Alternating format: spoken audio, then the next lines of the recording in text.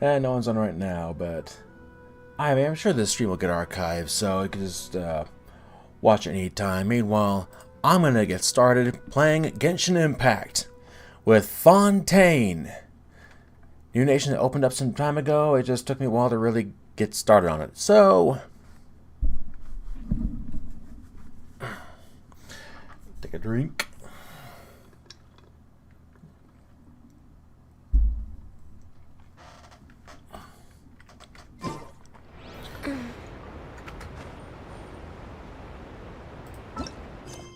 Let's see. Oh, no. Oh, okay. I have to do that first.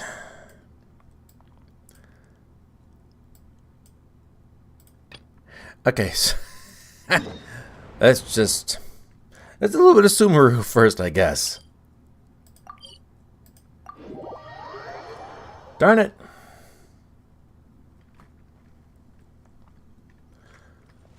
Just until I can progress. Hey, Dia, you're back. Are these two friends of yours? Pleasure to meet you. Likewise. There's no need to be so formal with us. We're a pretty casual crew. Anyway, since we've got newcomers, let me fill you in on what Dakan al-Ahmar's been up to lately. They've become extremely aggressive. Apparently, even their own now have become acceptable targets. They even attack other relics brigades, just the same as any other mercenary brigade. Even the most ferocious beasts still protect their own. It sounds like they've thrown that straight to the wind. That's right. Once they've collected enough loot off the other mercenaries, they sell it off to a different brigade, or turn to merchants on the black market. A portion of their profits is immediately exchanged for more food and weaponry to be used in their next violent operation. That's terrible! Yeah, and it really makes you wonder why they're so desperate for Mora. A few days ago, Isham and I trailed them for a while, and even disguised ourselves as merchants to conduct trade with them. We were able to learn a few things from the exchange. Rather than saying they're out to plunder and hoard Mora, it'd probably be more accurate to say that they're experiencing an internal power struggle. Wait, a power struggle? You heard me right. The vast majority of their victims are mercenaries from the other brigades of Deshret's relics. If their only goal was Mora, they could have gone after anybody. The targeted nature of their attacks points to a power struggle between the different brigades within the relics. That's the only plausible explanation we have. Unfortunately, we weren't able to find out anything more specific. It seems they're also trying to keep things under wraps. Oh, one last thing we discovered was that over the past few years, as Dakan al-Ahmar became more and more active, Deshret's relics as a whole became a lot weaker. They're able to cause so much damage. It sounds mighty strange to me, too. Harun, you can leave the rest of the investigation to us. Gotta say, though, I didn't expect you to go on a whole undercover mission during the few days I was gone. Sounds like you were really putting your necks on the line, no? Nah, it was nothing. We're just as concerned about the situation as you are. The Khan al-Ahmar is your father's crew, after all. What he said. Besides, Dia, haven't you done more dangerous things than all of us combined? What we did is nothing compared to your experiences. Yeah. And while they went to talk with Dakan al-Ahmar, I took a look at the last camp they attacked. Any survivors of the attack were already long gone. For a second I thought that was Ito, but he didn't sound stupid. Ah, Hisham and Khalaf. You're here, too. We rushed over as soon as we saw you come into Caravan Rebat. Although this new friend of yours looks a little green behind the ears, I'm sensing a special vibe from him. Now that we know you'll have a capable partner with you, we can also rest easy. Hey, what about Paimon? Feel anything special?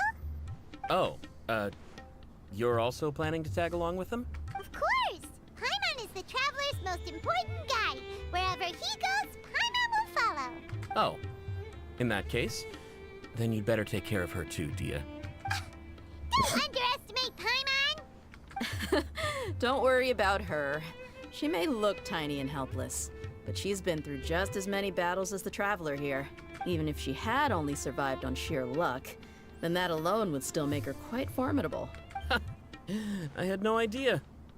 I guess I shouldn't judge by appearances. Oh, one other thing, Dia. when you're free, why don't you update the deputy about your upcoming schedule? We held another recruitment event a few days ago, but everyone only came to see the Flame Main.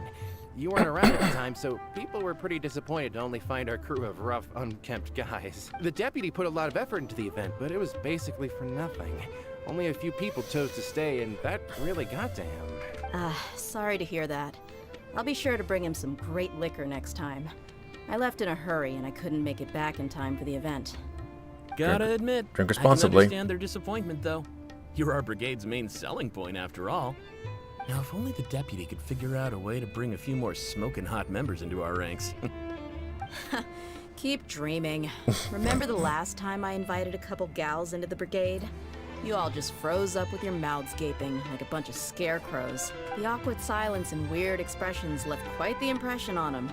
They were originally interested in joining us, but after that, they both told me they were too uncomfortable to stick around. Hey, didn't we agree to never bring that up again? Huh? Wait, are you serious? Why have I never heard about this? I don't think you were part of the brigade yet. Are you kidding me? I missed a once-in-a-lifetime moment like that, and you weren't even gonna tell me? All right. We can tell you about it later. Now's not the time. Hey, don't you try to change the subject. You and Hisham get your butts over here and tell me everything right now. Uh-oh. Are they always like this? More or less. There aren't many rules or graces when it comes to mercenaries. We're used to just speaking our minds. If someone starts getting under your skin, you just yell right back at them. And if that doesn't put an end to it, then you just challenge them to a fight. But we also don't tend to take many things too seriously. Being direct and getting it all out of your system as soon as things come up is better than keeping everything bottled up, never talking about it. That's also why I never spare their feelings when I talk to them. If I want to laugh, I'll laugh. If I'm angry, then I'll unload on them. It's hard to stop once you get used to it. Though, I can never do that when I'm with the Homiyanis. Hey, knuckleheads! Can you at least tell me the rest of the intel before you go back to your bickering? Yeah, you hear her, Holloff? Told you we gotta focus on the investigation first. I drew up a map. Right here is the spot. There you'll find the merchant caravan responsible for getting rid of Dakan al-Akhmar's looted goods. All you gotta do is wait and ambush them in the evening. They'll have no idea what hit them. Perfect. Thanks for that. Be sure to pass my regards to everyone else in the brigade as well. Will do. You stay safe, Dia. So I take it Dia is going to be needed for the Archon quest. Can I do that yet? Can I please do... Quest location... Oh, the quest location? Wait.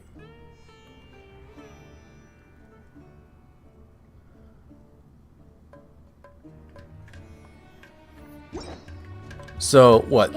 It's going to start here? Oh, okay. Alright, then let's hurry this up.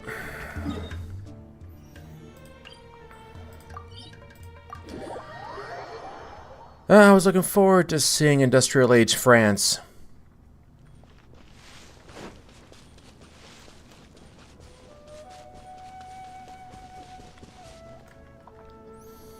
This should be the place. Let's find a spot to hide and bide our time. It's gonna come down to a fight one way or another, so let's all be careful. No need to worry. He knows his way around a fight. I'm not worried about that. What I meant is that we probably shouldn't go too hard on the enemy. After all, we still need to get information out of them.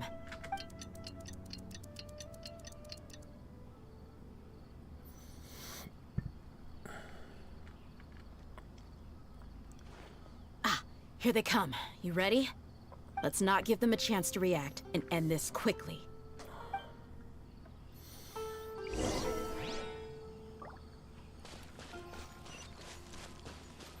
It's gonna be a fight. That's close enough. Won't be a fight. Oh, I'm playing as Dea. Oh. Look alive! Ah!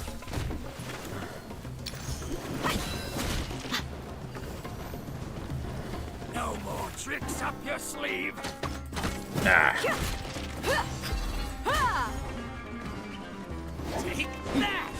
No, you don't. Ah!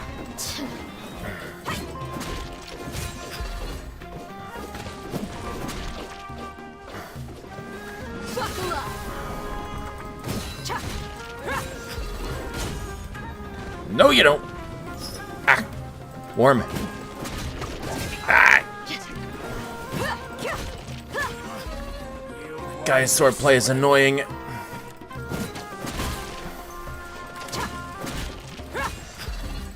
I'm on fire! Ah! Where do you think you're going? Ah! Yeah. Move, move.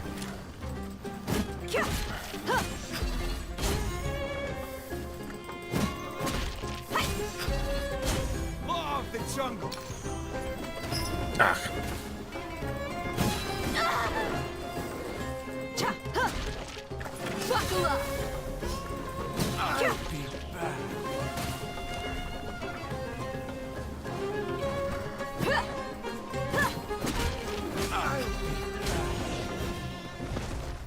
Ugh.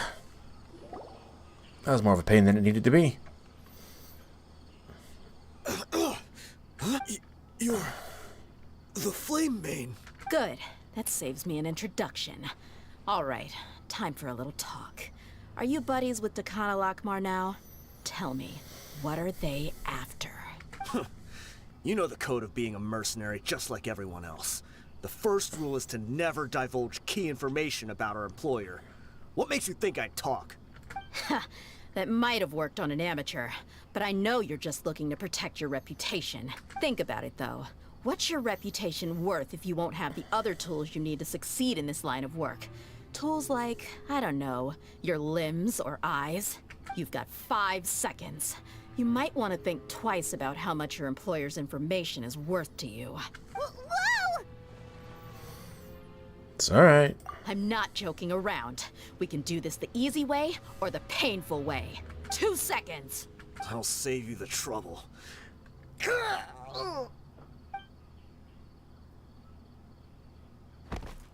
Huh? Was that a cyanide pill? He tried to bite off his own tongue. Quick, search Oh. the area for any first aid supplies. I definitely didn't expect him to go that far. Thankfully, the wound wasn't too deep, and he just passed out from the pain. But why would he be so extreme? I just wanted to test his mettle. You can get a lot of mercenaries to talk just by threatening them. I didn't expect him to be willing to go through so much pain just to deny us some intel. Well, he's out cold for now. We could wait for him to wake up, but maybe it's not a good idea to interrogate him any further. What should we do? Yeah, don't worry about it. It'll be a waste of time to interrogate him again after that. He might just hurt himself again if we start asking. There are lots of goods around here. Let's search the area. Maybe we'll be able to find something. I'm really sorry.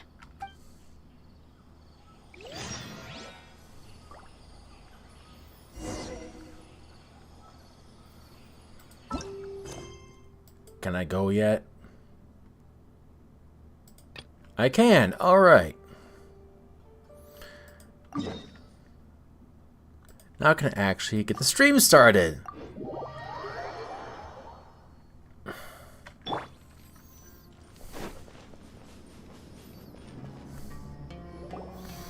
old Caravan Rebot! Now let Paimon think. What were we up to the first time we came here? Oh, Paimon remembers! Nahita's consciousness had been trapped by the doctor, but we followed the clues she left behind to help her. So much time has already passed since then, and it seems Sumeru's changing for the better now that Nahita's in charge, right? Paimon just hopes this peace will last a long time, and then Nahita won't have any more new problems to deal with. Yeah, but, you know. Yeah, guess you're right. We somehow always find ourselves right in the thick of it. Who knows what will happen next? Come to think of it, maybe it's all because of you. Maybe you're just a magnet for trouble. Thanks. I was just thinking you were the problem. Little flying imp demon. Me? Before Paimon ran into you, Paimon never ran into any trouble. At most, when she was super tired, Paimon got caught in some strange whirlpool and sucked out into sea. And even then, you fished Paimon out. Anyway, for Nahita's sake, maybe we should think about heading to our next destination for now. Next up, Fontaine. Ah, look who it is. Running into you in a place like this? I can see you two still love wandering around. Oh, it's Dia! Since when are we just wandering around? We're usually taking care of some serious business. Even though it may have nothing to do with our journey. But never mind that. What brings you here? I just finished a commission in the desert for a usual client of mine. Nothing too interesting. Just escorting a shipment of goods. I'm on my way to report back. That's when I saw you two all the way over there, chatting away. What were you two talking about anyway? We're preparing to leave Sumeru and head to Fontaine. Huh?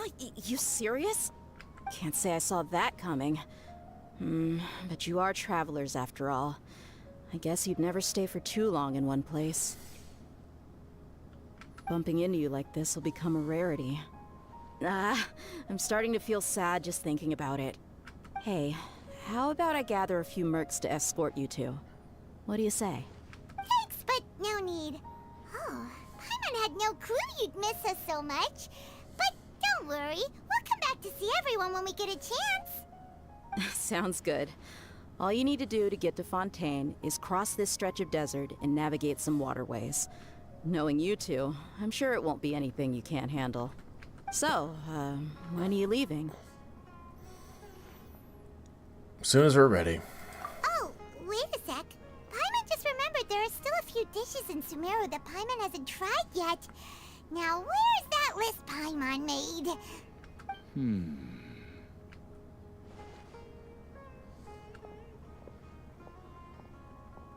I see. Guess you won't be needing a going-away party or anything. It's sad enough to see you go like this. Though, now that I think about it, Sumeru wouldn't be what it is today without you. Seems true heroes always prefer leaving quietly. By the way, should we go say bye to Nahita? She'll know from her dreams. Oh, good point. Then there's no need to bother her in the real world. Then, I guess this is goodbye for now, Traveler in Paimon. Whether as a client or a friend, you're always welcome to come find me. See ya. Goodbye, Dia. Bye-bye, Sumeru.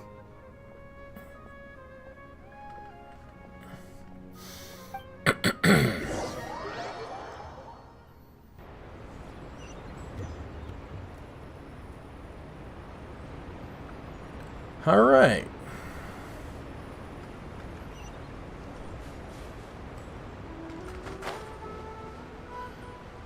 Now to actually start heading there.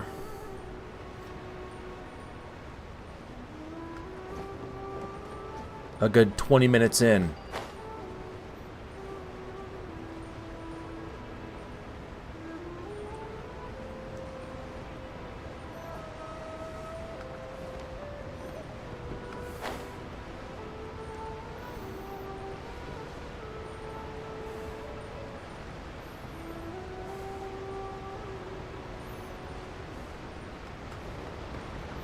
I never did do the battle pass.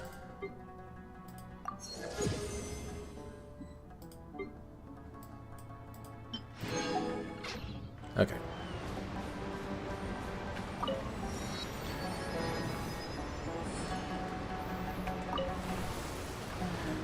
Not aboard Meaty Boru.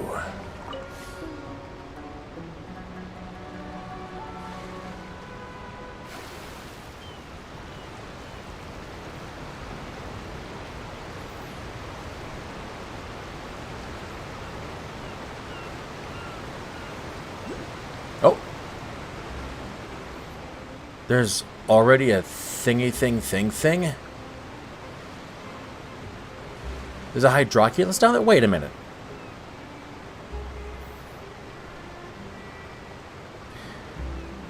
I've got the Tevat interactive map on my tablet.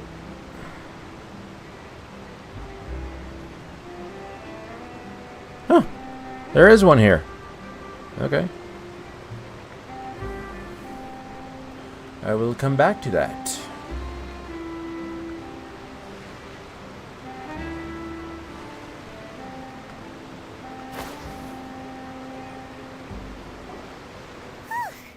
After crossing all that sand and water, we finally made it! Oh, this must be Fontaine's port. Wow, everything looks so advanced in Fontaine.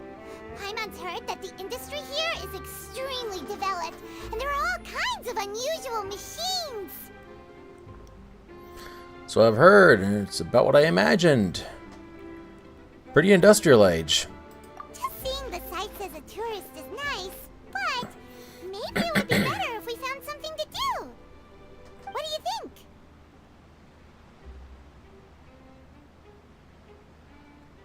Who was that? Let's start by meeting the Hydra Archon. Good idea! Nahida gave us loads of useful information. Seeking out the Seven is probably still our best source for information at this point. Journey to find my sister. The leader of the...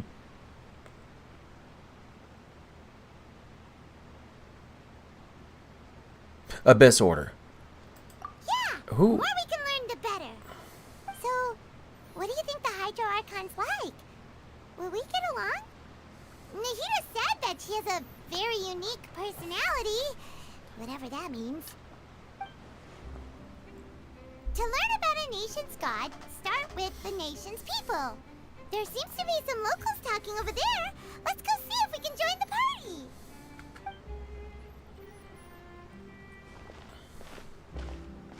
If you ask me, it's a tragedy how things ended for him. Clearly, he was a pretty decent person. Yeah, I didn't expect that kind of ending for him. I thought he would at least fight on a little longer for his family. I was expecting a sudden plot twist, but it's a pity that it never happened. Still, his story is quite the tearjerker. That's the third time I've seen that skippity Excuse cat me. girl. Can I help you too? I couldn't help but notice you standing here listening. Hi. We're travelers new to Fontaine, and we had something we wanted to ask, but you seem to be really busy talking about some kind of play, so we didn't want to interrupt. Play? Oh, no. We're talking about something that really happened. In fact, it's a case that was just heard a few days ago. Really? Like, a real trial? But the way you were talking about it and the words you used just now made it sound like some kind of story. Well, good tales are often based on true stories, aren't they? And what you see in reality may also be someone deliberately putting on an act while harboring ulterior motives. Whether something is true or not simply isn't that important. The main thing is whether the story being acted out on the stage is splendid enough. Oh, but it looks like you're not from around here. You probably don't know that the Fontaine Court of Justice is called the Opera Epiclese, or more commonly known as just the Opera House. I can make jokes about the news, but I kind of want this channel to get monetized eventually, so I'm going to keep my mouth shut. So, an opera, huh? But, shouldn't court cases be treated a little more seriously than that? Not to question Fontaine's way of doing things. It's just that putting someone on trial is usually a very serious thing. No worries. Other visitors to Fontaine have wondered the same thing. You could say that we just don't want to waste the moving stories behind those cases. And as for your worries about whether the cases are treated with due reverence, we have the absolutely just and honorable Chief Justice Neuvillette, as well as the Oratrice Mécanique d'Analyse Cardinal, a machine created by the Archon. Between the machine and the Chief Justice, false charges and injustice are a thing of the past now. So this is the nation of justice. Oratrice? Is it some kind of machine, too? Oh, Paimon's curious. We should check it out if we get the chance. Wait, Paimon almost forgot to ask you our question. Do you know what we should do if we want to meet the Hydro Archon? Oh, that's easy. Just go to the Opera House. Lady Farina practically lives there. You could definitely say it's her biggest passion. Huh. I think what they mean is that they wish to speak with the Archon personally. In that case, I'm afraid it's going to be a tad more difficult. You'll have to make an appointment well in advance, and it'll depend on whether or not she has any time slots available. Make an appointment? Huh. Is the Hydro Archon super busy taking care of official stuff? Wait, didn't you say that she's always at the Opera House? No. Lady Farina seldom takes an interest with the nation's affairs. The reason it's difficult to make an appointment is simply because she's incredibly popular. I see a Hydroculus. That's right. After all, she is the Archon. Though she may tend to get a little dramatic from time to time, people can't get enough of her. Huh. First time Paimon's ever heard of an Archon being described that way before. Wait! Paimon gets now! The Hydro Archon is kinda like a big celebrity here, right? Yeah, I suppose you could say that. Perhaps you could even say our mascot. Hang on. This is still Fontaine's Archon you're talking about. You should show some more respect. Yes, you're right. I guess I should at least try to be a little more respectful in front of visitors. Otherwise, I might get arrested and find myself face to face with Monsieur Neuvillette. Come on. Sure, there's a lot of laws here, but nobody's going to be arrested for saying something disrespectful about the Hydro Archon. Did that cat girl have wings? Okay, you must really like her. Alright, I think we get it. Thank you! At least we now know that we can find the Hydro Archon at the Opera House. But who knows how long making an appointment will take? Guess we could have a look around the city in the meantime. Hey! What are you looking over there for? There's a girl over there. Huh. Maybe something's the matter. She isn't going to jump into the water, is she? Maybe we better go check on her. Did this just get dark?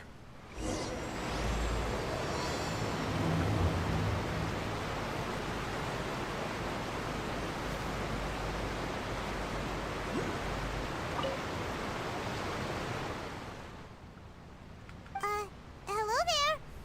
Excuse me. Are you alright? Huh? I'm fine. Thanks. Oh, okay then. We just noticed that you seem to be worried about something. About many things, actually. But there's nothing I can do but just keep my troubles to myself. I was just reminiscing about a place my brother and I would play when we were kids. It was just atop that hill over there. See? You're pointing at the sea. Wait, are you saying that you and your brother lived in the water? Maybe they're mermaids. No people call the waters around Fontaine a sea. It's actually just an inland lake that's filled with fresh water. And no, I can still see that hill clearly in my memories. Now, it's been completely submerged. He would skip and jump, tossing sand in the wind. The sun shone brightly, and the air was filled with the scent of the sea. But now, the water is gradually swallowing our memories. It won't be long before it swallows us. Sorry.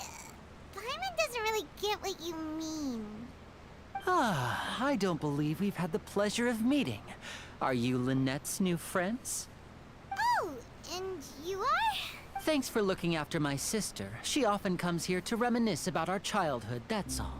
There's no need for any concern. Allow me to introduce myself. I'm Linny, and this is my sister Lynette. If I had to guess, I'd say you must be travelers from abroad. Nice to meet you. Paimon is Paimon, and this is the Traveler. We just arrived in Fontaine. We were just talking with your sister. Even though we didn't really get what she was saying. I see. It's unusual for Lynette to be so willing to talk with anyone. In fact, she seldom speaks at all. I'm usually the only one she ever talks to. Oh, really? Then you two are just like us! Paimon's always the one talking for some reason. There's hardly anything left for me to say with you around, Paimon. Because you always steal my lines. And the people making this never give my voice actor any real thing to say. So that's how you think it is? I also think my brother can be too talkative at times. Seems you were right, Paimon. We are quite similar. So, what did Lynette mean just now when she said that the water is engulfing your memories? And that it won't be long before it engulfs you too? Oh, that. It's from a prophecy that's been circulating in Fontaine for some time now. Well, I suppose prophecy isn't exactly the right word, because that implies a certain amount of uncertainty.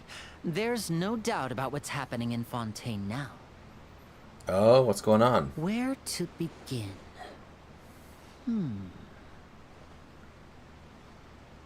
Let's put that question on hold for a moment. We still haven't formally greeted each other yet, have we? Did all the introductions earlier not count? Hello, traveler. Hello, Linny.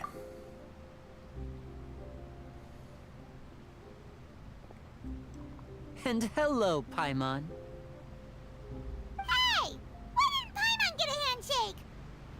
You're not poking fun at Paimon, are you?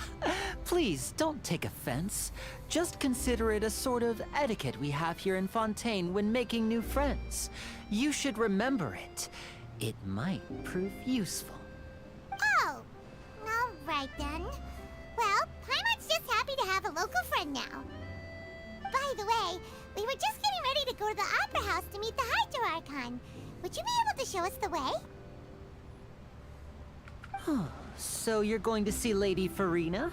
No problem at all. In fact, I was planning to go to the Opera House later myself. I'll gladly take you once I finish things here. Please, follow me.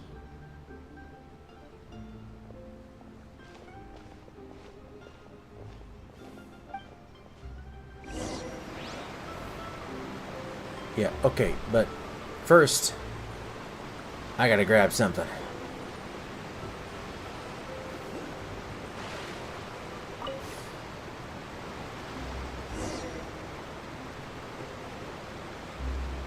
Yeah, in a minute. Wait, there's a tether on that thing? Wait a minute. There's a tether. Right there. Huh. Oh, come on. Give. Alright. Ah, get it. Okay.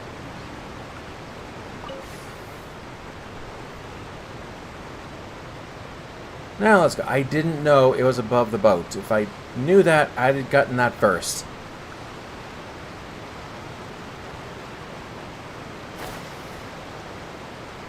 Oh gosh, they're just wandering aimlessly. My gosh.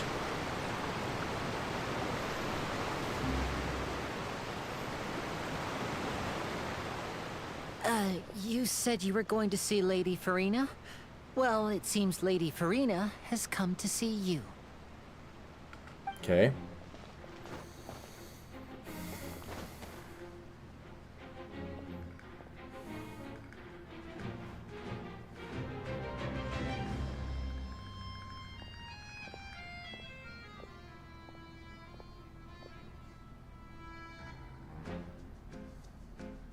Nice shoes.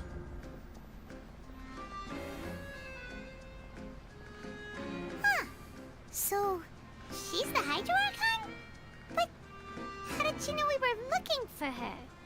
My dear people, rich and poor, those with cup in hand and those with nothing at all, raise your glasses in celebration. If you don't have one, then just raise your hand in lieu.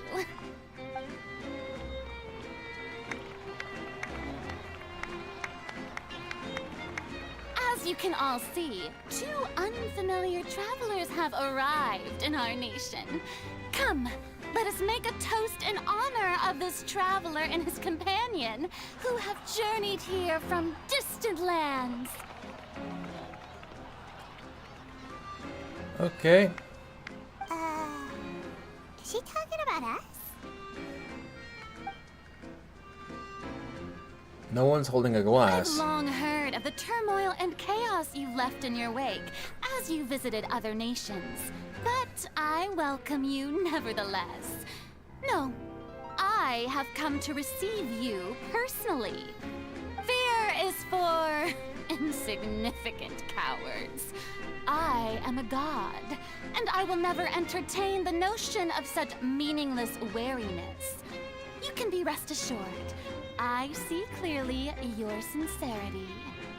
Of course, seeking an audience with me is the most sensible thing to do.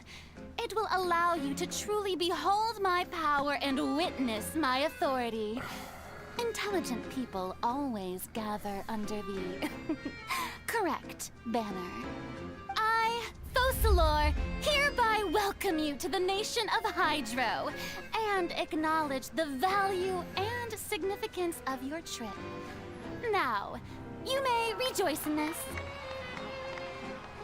I think her and Fischl will get along. Yeah, Paimon still can't believe it. Feels like we've only been here for a few minutes. But the Hydro Archon's entrance was, how should Paimon describe it? A little over the top? Miss Hydro Archon? How did you know we were coming? I see. As Outlanders, you inevitably lack even some of the most basic understanding. Don't forget that even the gods can be divided into the mediocre and the excellent. I suppose it's only natural for you to be awestruck by my abilities. You had best stop and consider. Do you really have the noble qualities and etiquette necessary to communicate with a god? All it takes is a flick of my finger for me to know everything about you. Whoa, talk about sounding high and mighty. Yeah. Oh? What's with these looks? Perhaps the welcoming ceremony still isn't enough? What else should I say then? Haven't you said enough? Is she waiting for us to start talking? Wow, I didn't expect to see Lady Farina here. What a surprise! Wait, does this mean they're the legendary blonde traveler? How did I not notice before? Hey, what's all the commotion? Oh, is that Lady Farina? Is there some kind of drama going on? Of course. That's the blonde traveler. The one all those stories are about.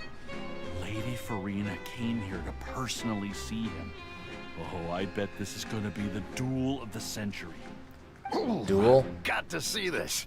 I knew Lady Farina would never disappoint. Yes, but don't get too excited now. My dear believers and spectators alike tend to get quite rowdy, and despite the noise, I've come to tolerate all their ruckus. You may consider this my reward to all of you. I have determined that there will be an epic duel between myself and this traveler from another land, just as you were hoping to see. Now she wants to fight? Aren't we getting a little ahead of ourselves? Fighting gods? I've got a resume.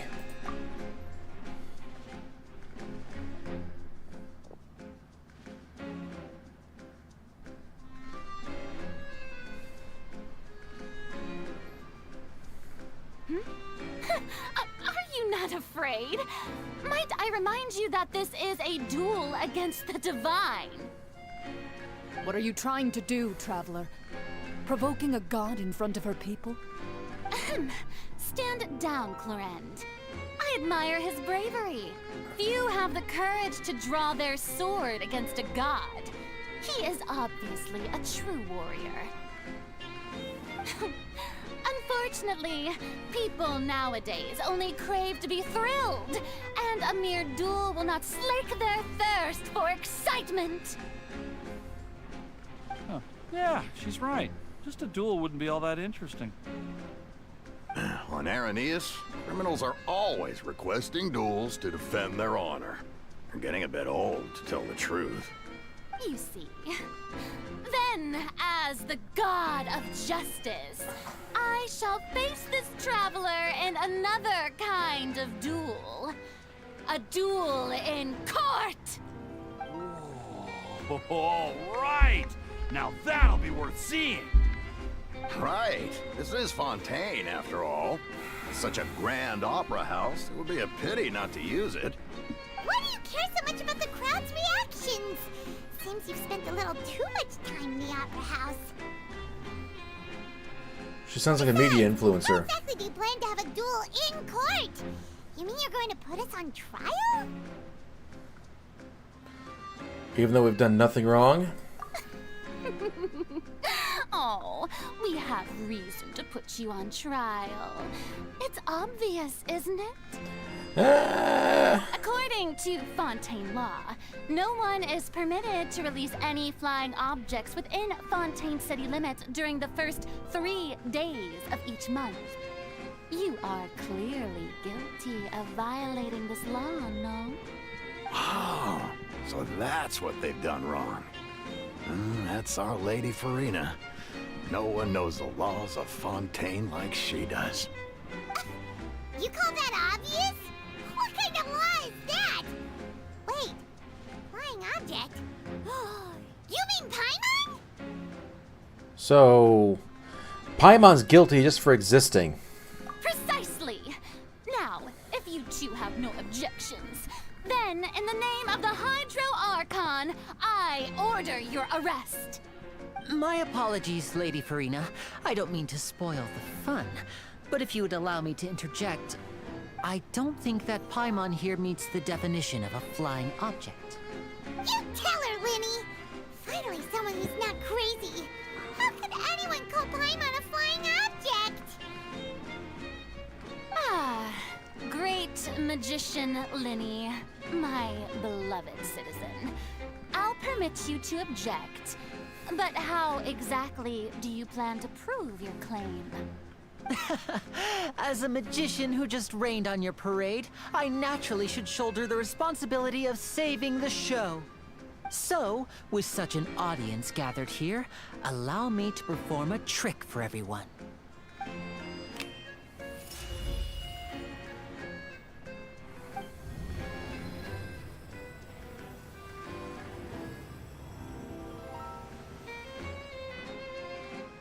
What? Ta-da! What's that on Paimon's back? Hey, when did you do that? Back when Linny patted you on the back, apparently. I wasn't sure what he was doing.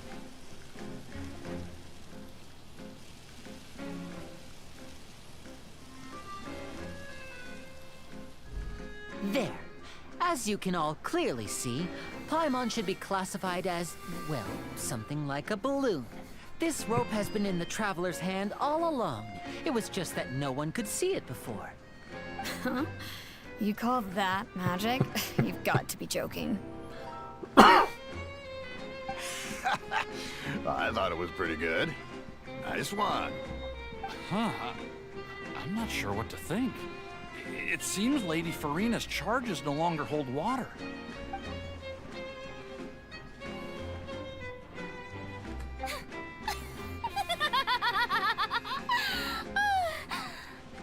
Amusing. Very amusing, Linny. Just the sort of unexpected twist that I enjoy. With you here, today's performance can finally be called complete. Performance? You see all this as a performance? In which case, consider the matter of your trial resolved. The god of justice will not bring charges against an innocent person. But when there are valid grounds, I will not only judge travelers from abroad, but even the gods of other lands. You might not be far off there, Cryptor. I look forward to seeing your upcoming performance at the Opera House, Mr. Linny and Miss Lynette. That's enough for now. Toodaloo!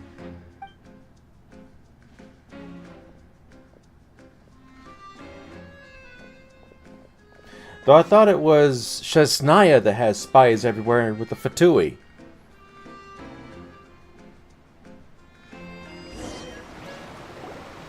And just like that, she's gone. Well, that's the most unpredictable Archon Paimon's ever seen. You never even had a chance to ask her anything. But that's a problem for future Paimon. That whole scene just now was really... Did you know that was going to happen? Don't mention it. I just happened to remember that there was such a law, so I did a little preparation, just in case. I didn't think it would actually come in handy. So, now do you see what kind of god Lady Farina is? She can be a bit confusing at times, but she is still amenable to reason.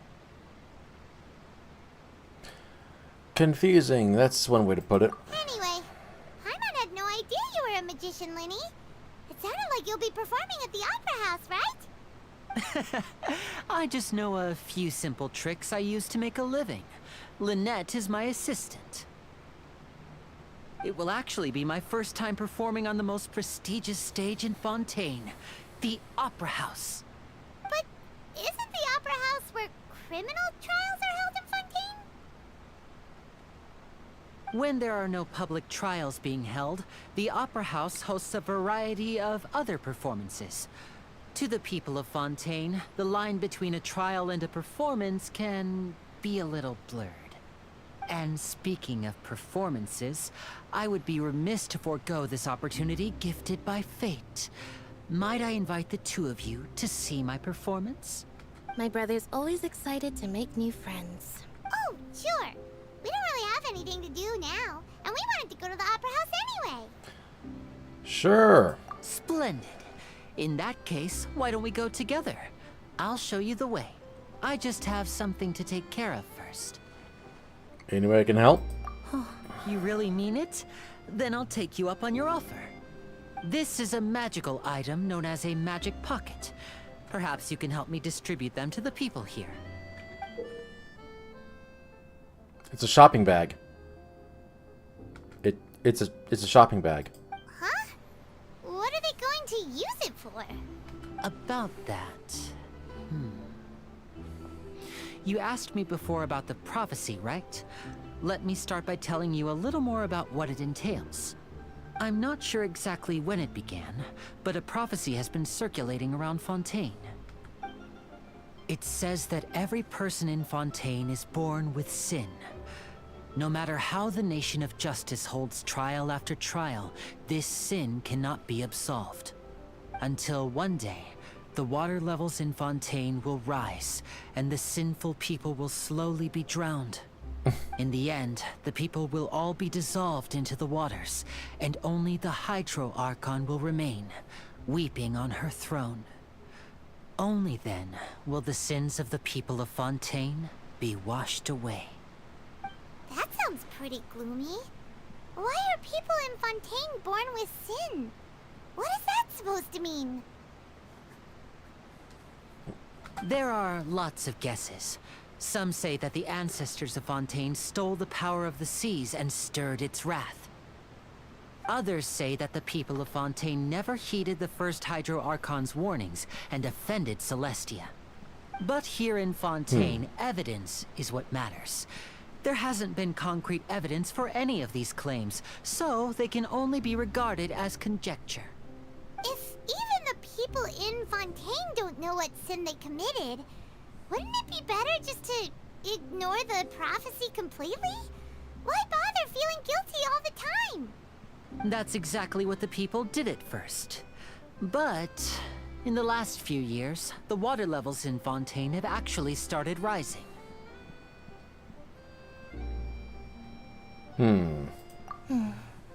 Many places have already been completely submerged. and now lie beneath the sea. Many people carry on with their lives as before and shrug it off as a natural phenomenon. But my family and I think that the people of Fontaine shouldn't ignore the possibility, which would end up sentencing them to death. We hope that at least the people who reside near the waterfront can move away before it's too late. So, we've started distributing magic pockets to them. As a magical item, these magic pockets have astonishing capacity. I'm sure they will come in handy when people are moving their belongings. Oh, Paimon gets it! It's like preparing for a rainy day! But this is more than a bit of rain. Sounds like bags of holding. No way to prevent it. Perhaps only absolute power could ever contend with such a catastrophe. But who knows? We're just tiny specks in the grand scheme of things. Now, if you'd like to help, then please give these magic pockets to anyone nearby. Be sure to convince them to take it, regardless of what they say.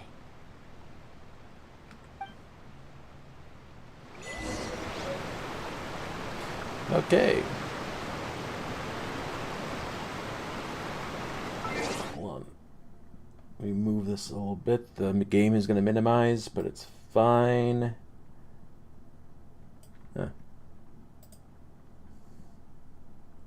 That's just a warning under the stream saying bitrate. No, that is bitrate. Okay, that's fine then.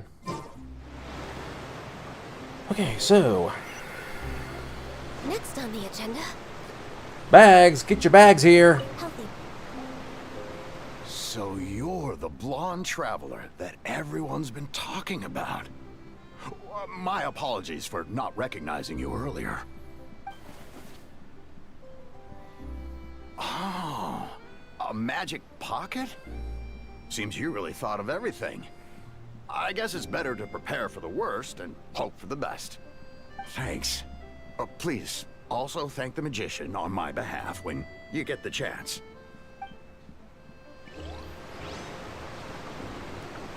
Okay, bags. Get your bags here. Sir, you want a bag? What's this? So you also believe in the prophecy. Keep it. I won't have any use for it. What? You mean you don't believe in the prophecy? No, I believe in the prophecy. But I also believe in another story. The story says that people once lived in the ocean. They were one with the ocean and couldn't live apart from it. But as time wore on, people desired to live on land and developed blood vessels, encapsulating the sea within their bodies. Thus could people set foot on land. You're talking about evolution. So, if you ask me, when the water rises and takes us all, it'll be like we're going home. Oh, we hadn't heard that one before. But people can't live underwater. They'll die. You should probably still take it. All right, I'll take it. I guess I just feel that being dissolved into the water doesn't necessarily mean death.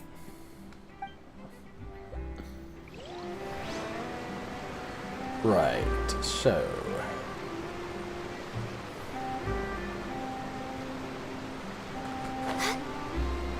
ah, didn't make it.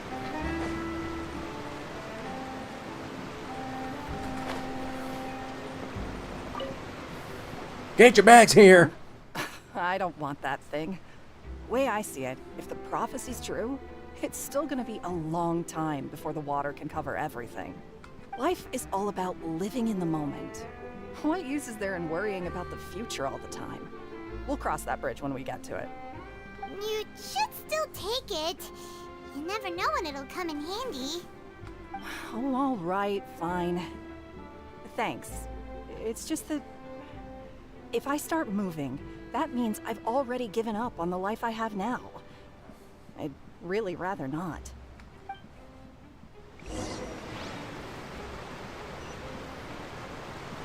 All right. Okay.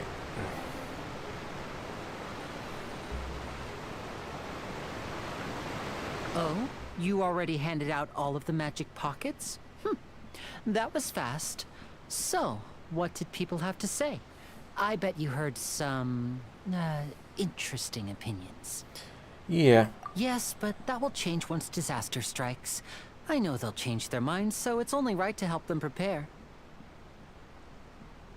Is there anything else you need to do before we leave? Yes, one last thing. I have the magic pockets made by a workshop in the court of Fontaine. Since we're out and about, I was thinking about bringing him some more materials. So, you want to collect materials? Just tell us what the materials look like and we'll help. Many hands make light work. Oh, that would be much appreciated. We'll need some Romaritime flowers. I remember seeing them near the waterfront on the east side of the harbor. So I gotta pick some flowers now.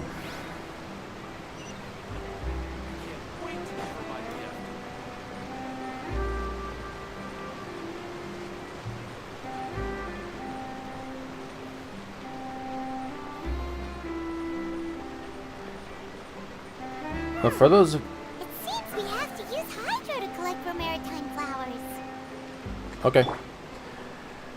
And for those of you watching in the future, I'm determining future streams of this based on how people are watching it now, so I may or may not stream this in the future. What's this?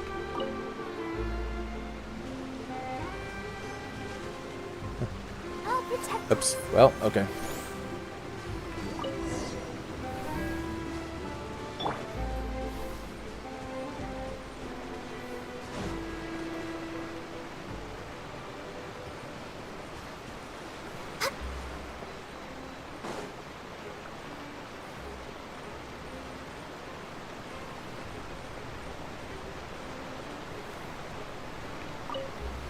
So I would like to keep streaming this. Quick work of that. I can tell you're an experienced traveler.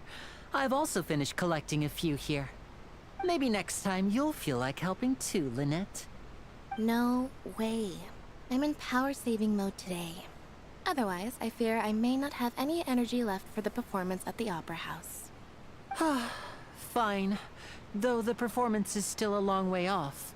Now that we're finished here, we should get ready to head back to the court of Fontaine. So, we're going to the court of Fontaine before we head to the Opera House? Good.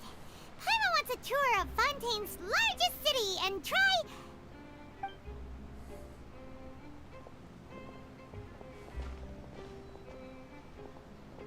Wait, shh.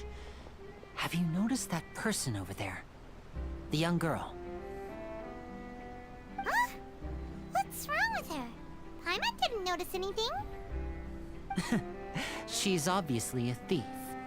Magicians and thieves practice similar methods. We divert attention, and a distracted audience is one that won't discover what you're really doing. Watch her movements carefully.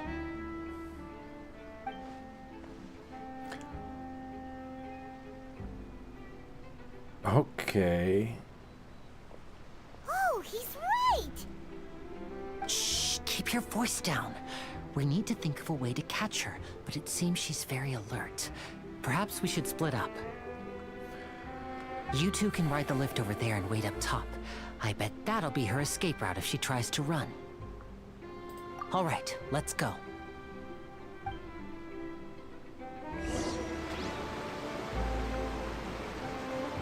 But yeah, I want to continue streaming this in the future, but I think that should depend on... Where is it? I think it should depend on how the stream goes now.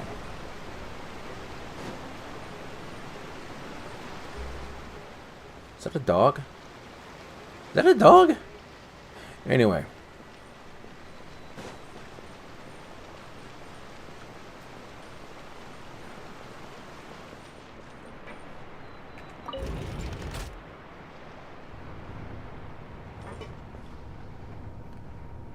I want to know that people are enjoying the stream as I do it, so that I can feel good about streaming in the future. So,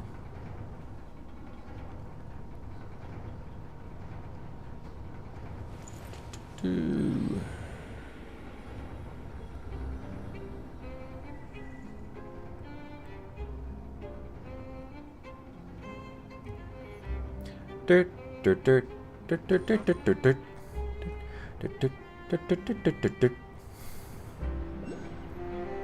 Oh. Aha. Can I? I want to grab that. I want to grab that first. Hey! I saw one of you skipping around out there.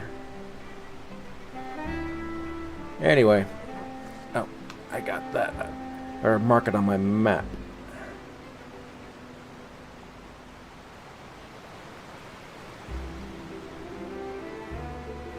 Okay.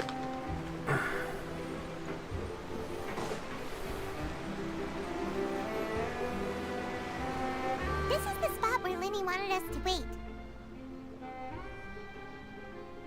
Oh, look! Isn't that her? Time to make the arrest. Oh no! Did she notice us? She started running the other direction! What should we do? Should we chase her?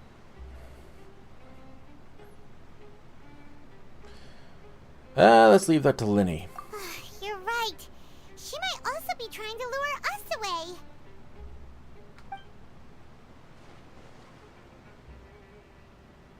Nothing's happened for a while now. Paimon wonders if Linny caught the thief.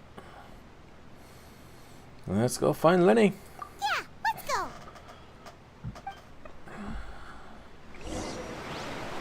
How long will it take if I set out?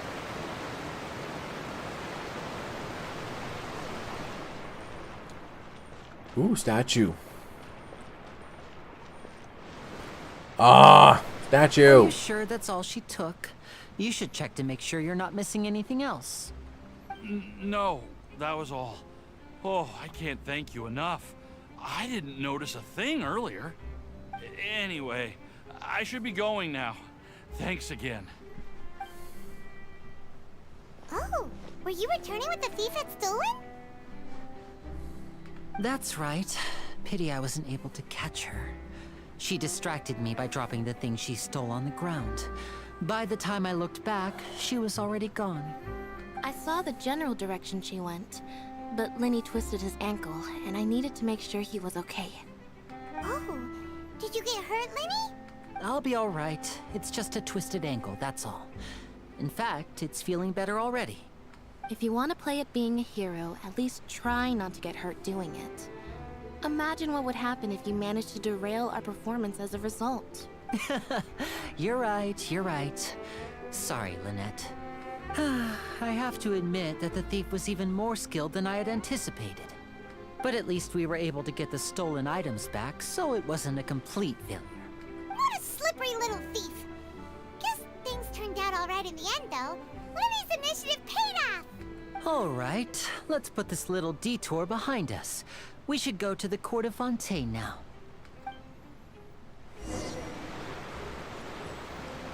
Okay, so.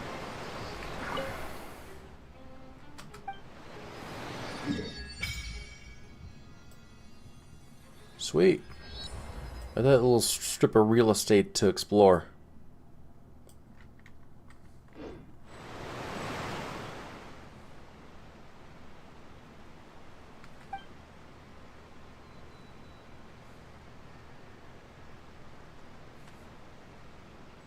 A rush of water?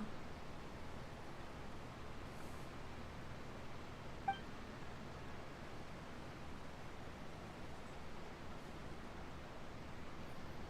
feel like I'm using gills to breathe.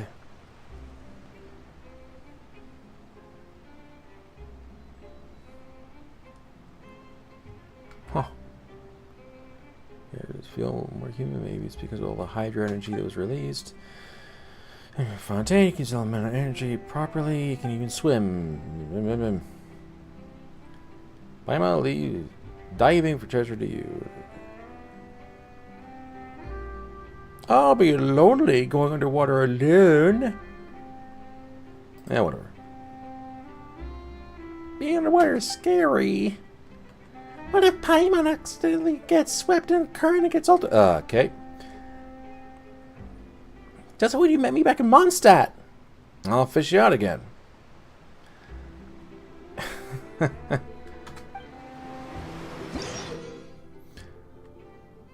So I can actually submerge in this game, in this nation.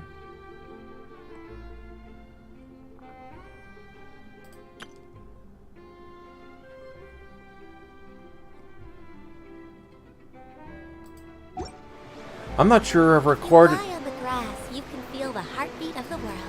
I'm not sure I've recorded much underwater stuff since Subnautica. Yeah, so all this stuff.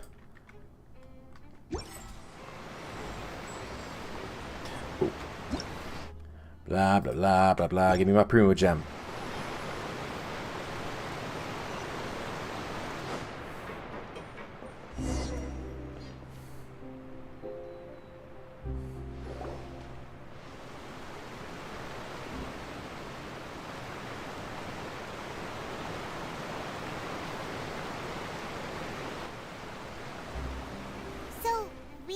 This thing to go into the city?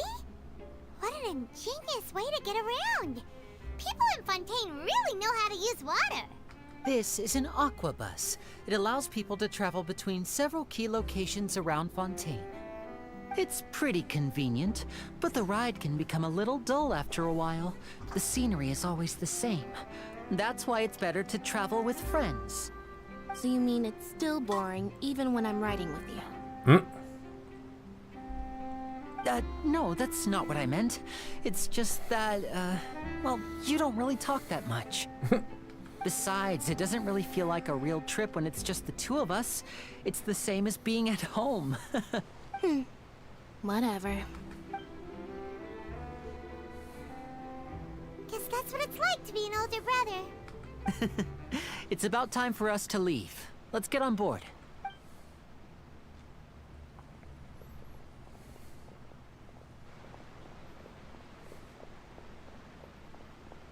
Huh?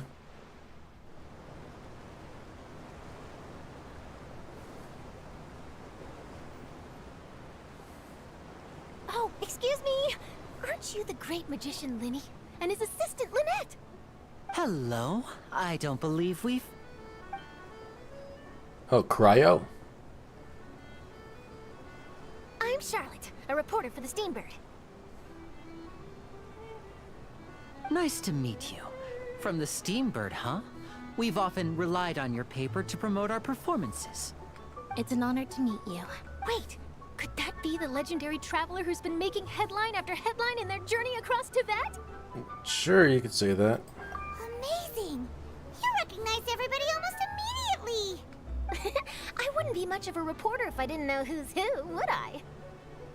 Wow, today must be my day! Who knew I would end up on the same boat as so many VIPs? Could my vision finally be showing me some favor? So, Charlotte, what do you usually report on? Well, when there isn't any breaking news, I mainly cover the trials at the Opera House. You can still manage to keep readers' attention as long as you tell things from a clever enough angle. Even, for example, reporting on how a scammer once deceived vulnerable girls into relationships, or how a financial criminal was once so poor that they ate a single piece of bread for 5 days. That first example got dark fast. That's fine and all, but what I'm really after is exclusive, sensational news pieces that could shake the country. These smaller stories are a waste of my talents. Oh, I just remembered. I've been following a case lately. Well, a series of cases, actually. You mean the serial disappearances of young women case? That's right! These stories are the talk of the town right now, and it's probably the most mysterious case we've ever seen. If I'm the first with a draft ready to publish when the case is finally cracked, and it's the headline story in the Steambird, oh, when that happens, I bet all the other reporters will shed tears of envy. I've already gathered all kinds of materials. I just can't wait for the truth to be revealed. So, what is the serial disappearances of young women case? You mean the culprit hasn't been found? That's right. The first missing girl case happened almost 20 years ago. And ever since, after a period of time, another girl disappears. What the cases have in common is that the girls are all of a similar age, and that they've all vanished without a trace. But the scariest part is that to this day, none of the girls have ever been found. Many suspects have been arrested over the years in connection with this case, but shortly after each arrest, another disappearance would always happen. I hope the story's YouTube friendly. This sounds like a true crime case.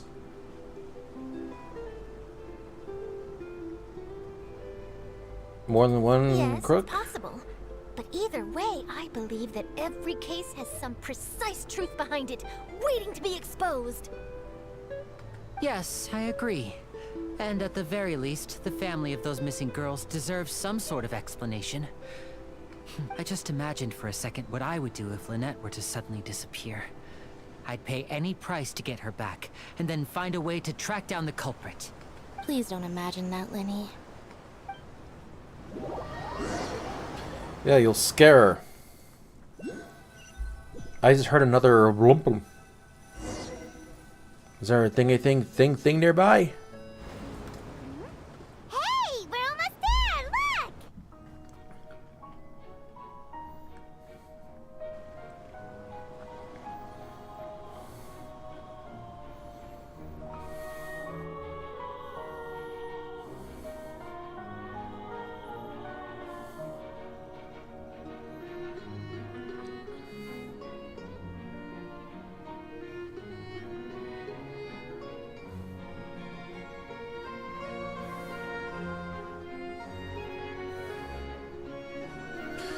So I was thinking we would be inside the aquabus.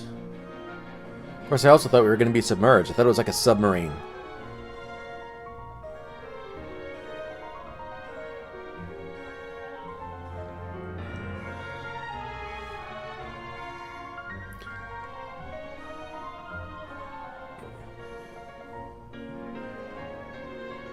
Well, I really enjoyed chatting with you.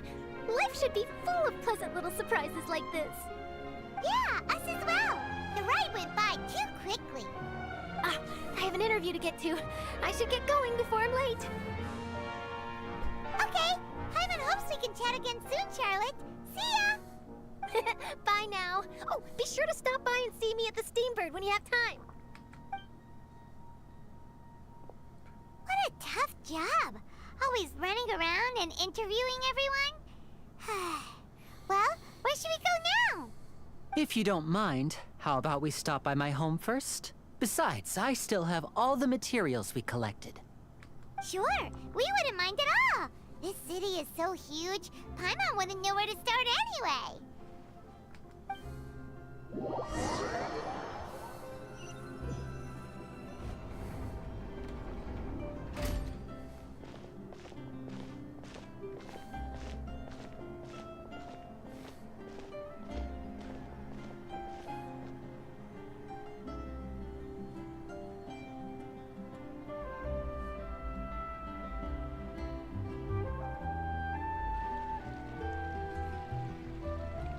This is like a tourism montage. Gonna literally take selfies next to the fountain.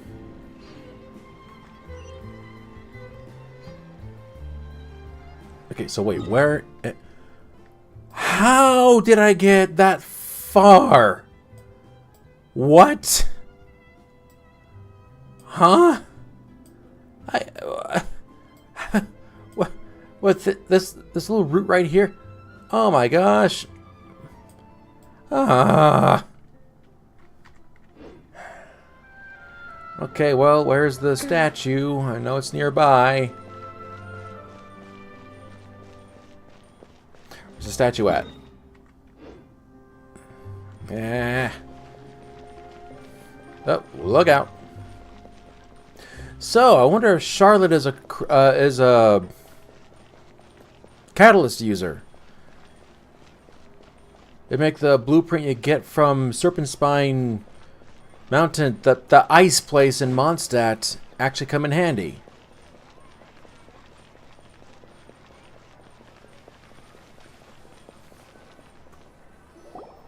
This is our current abode. Ah, Fremine, you're home. Where did everyone else go? I have some new friends that I would like to introduce. Oh, They all just went out a moment ago. I see. Everyone is getting busier now that Father will be returning soon. I suppose that can't be helped. Allow me to introduce you to my little brother, Fremine. He is a phenomenal diver. Hello. Nice to meet you. Paimon is Paimon, and this is the Traveler. Oh, you sound very proud to have a diver as a brother, Linny. You have a pretty big family, don't you? Linny, could you come here for a moment? Hmm? What is it, Fremine? Do you have something to tell me? You go ahead.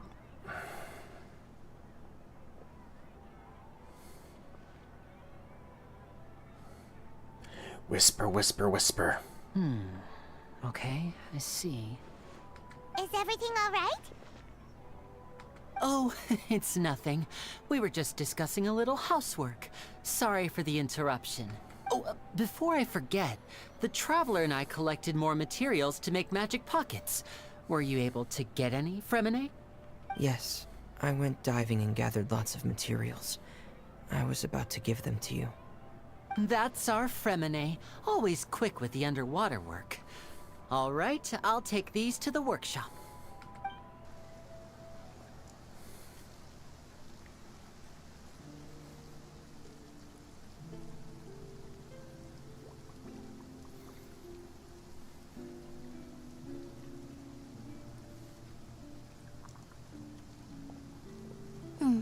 Looks like rain. Oh, you're right. But wasn't it clear and sunny just a moment ago? Fontaine's weather sure is weird. I'm afraid that's just how it is here. It often rains on days where there are trials being held in the Opera House, but don't worry, it'll clear up soon enough. What's wrong, Fremine? There's a legend about the rain that I tend to believe. It's said that a dragon of water once resided in Fontaine. Though we don't know where the dragon went, every time it weeps, the skies will cloud up and pour out rain. When I was a child, my mother told me that if I wanted to go outside and play, I should yell toward the sky at the top of my lungs. Hydro Dragon! Hydro Dragon! Don't cry!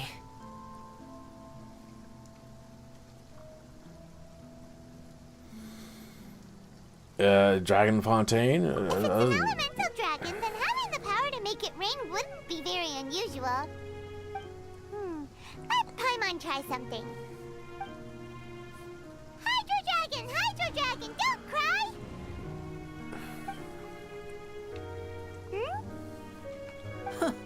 Doesn't seem to be of any use. It is just a legend after all. You know, you might be a more popular magician if you understood the concept of romanticism. Or could at least play along. Sorry. It might be because we've never met the Hydro Dragon. Perhaps it can't be comforted by the words of strangers.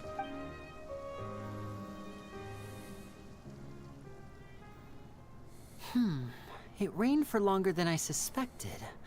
Oh, it's already getting late. Was there something you needed to do, Linny? Yeah, some preparations for the show at the Opera House. I need to find a way to catch the last aqua bus of the day. On the day of the performance, just ride the aqua bus to the island of Araneus. I'll have Lynette meet you at the fountain in front of the Opera House. Sounds good. Oh, are you leaving now? What is it, Fremine? I'm in a hurry. Oh, I get it. You feel nervous delivering the materials for the magic pockets, is that it?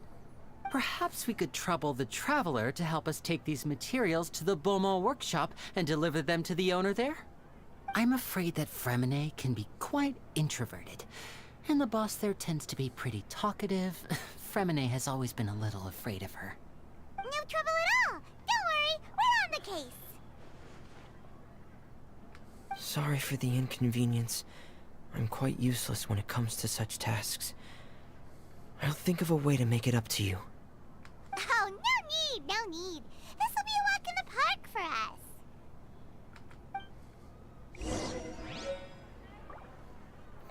Magic pocket materials.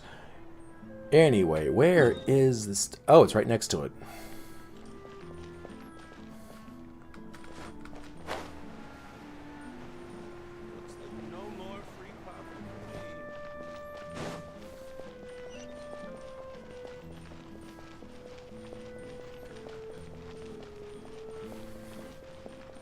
I suppose I can see it from here. Huh. Hello? Is there anyone here? Oh, hello there. New customers?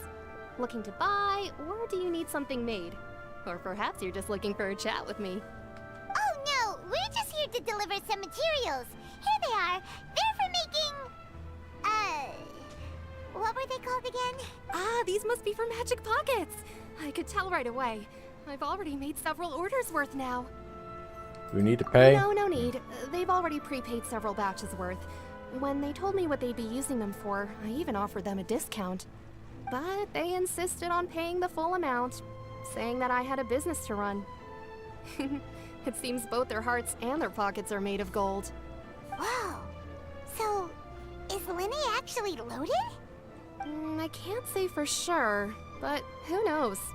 Maybe there's good money to be made being a magician in Fontaine. Hey! Is this machine what you use to make stuff here? It looks really advanced. Why use your hands when a machine can do the This work? looks like a hydraulic It would press. be a waste not to use the latest technology, and wasting is a kind of crime. But where does a big machine like that get its power from? Well, it's a little complicated. I'm not sure I can put it in layman's terms for you. Steam? But basically, everything we usually use here in the city is powered by indemnitium. It's a type of energy that's produced from trials. Huh? How can trials produce energy? Well, I'm not completely sure of all the details myself, but basically, when a trial is in session, the Oratrice Mécanique d'Analyse Cardinale harvests people's belief in justice and converts it into energy to be used all around Fontaine. So that's what its other function is? Paimon heard that the Oratrice was created by the Archon to make judgments. But Paimon still doesn't get it. How could something unreliable like people's beliefs be turned into a stable power source for these machines? Maybe that's why there's such ridiculous laws like you can't have a flying object within 3 days. Plus, gods need belief to get power. Oh, yeah!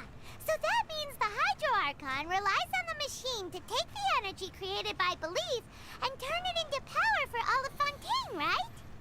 Even though I've never heard anyone really put it that way before, it sounds like it makes sense. Besides indemnitium, we have another type of energy called pneumosia. It isn't produced by the power of the Archon, but it is unstable by nature. Even now, it still cannot be widely used by civilians. I thought I'd find you hard at work, but here you are chatting the day away. Since you're already talking, I'm sure you wouldn't mind a few words with me. You again? Didn't I already promise you that I'd have the more I owe to Confrérie of Cabriere by next month? Why are you hounding me now? Yeah, but how do we know that you won't go running off by the end of this month? I want 50% today. Wait, no? 70%. Huh? You... Seems business isn't so great for the workshop. We've already finished our job and delivered the materials.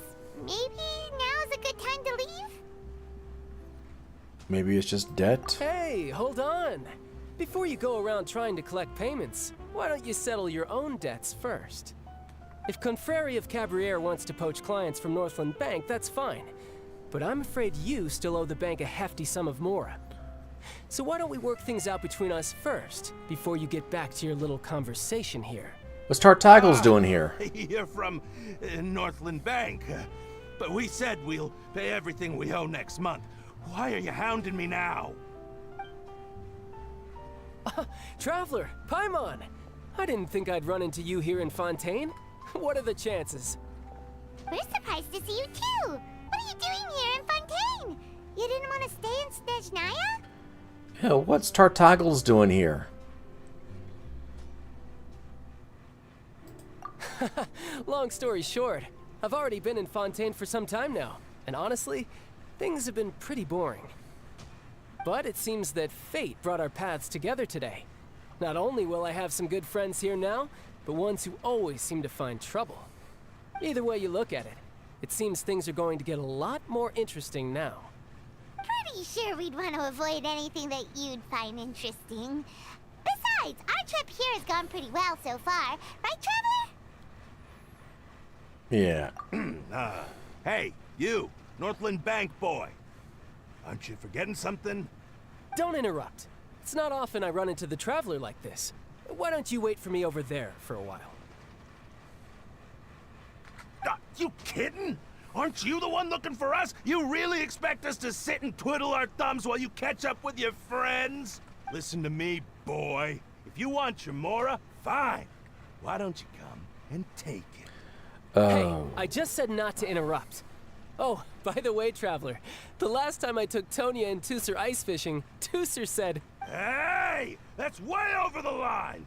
All right, boys, let's see who has to pay up now! Okay. Can you at least let me finish one sentence? Fine.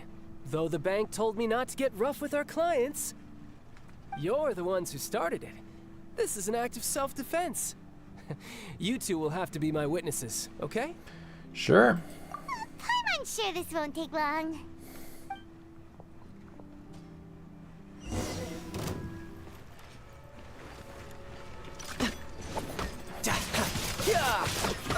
Okay. Brace yourself. This is gonna hurt. Yeah.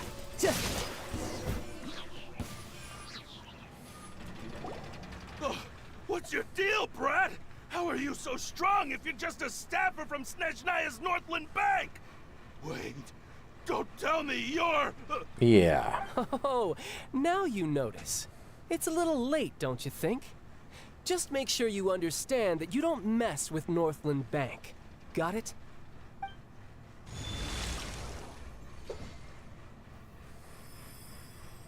Huh?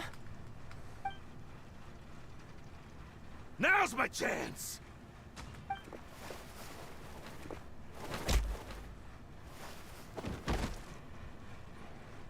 Huh. That was weird. Knocked his lights out. Yeah, what was I'm that? not sure. It's as if I suddenly lost control of my hydro powers when I needed them. Maybe there's something wrong with my vision? Strange. How could that happen? First time Paimon's ever heard of someone losing control of their vision. Never mind. It doesn't matter. If I want to stay sharp, I shouldn't be relying too much on my vision anyway. Besides, I always have my delusion in case I need it. Don't use that too much. So what are you doing in Fontaine, child? I don't see it's work for Northland Bank. Well, I guess it's because I've been in a bad mood lately. Huh? What kind of reason is that? Wait, since when do you feel down about anything? I don't know. Maybe I still have a lot to learn about myself. But recently, there seems to be some sort of restless power stirring inside of me. And I don't know why, but every now and then I feel like I'm in a terrible mood. Maybe you losing control of your vision just now is connected with that power you're feeling inside. That is a possibility.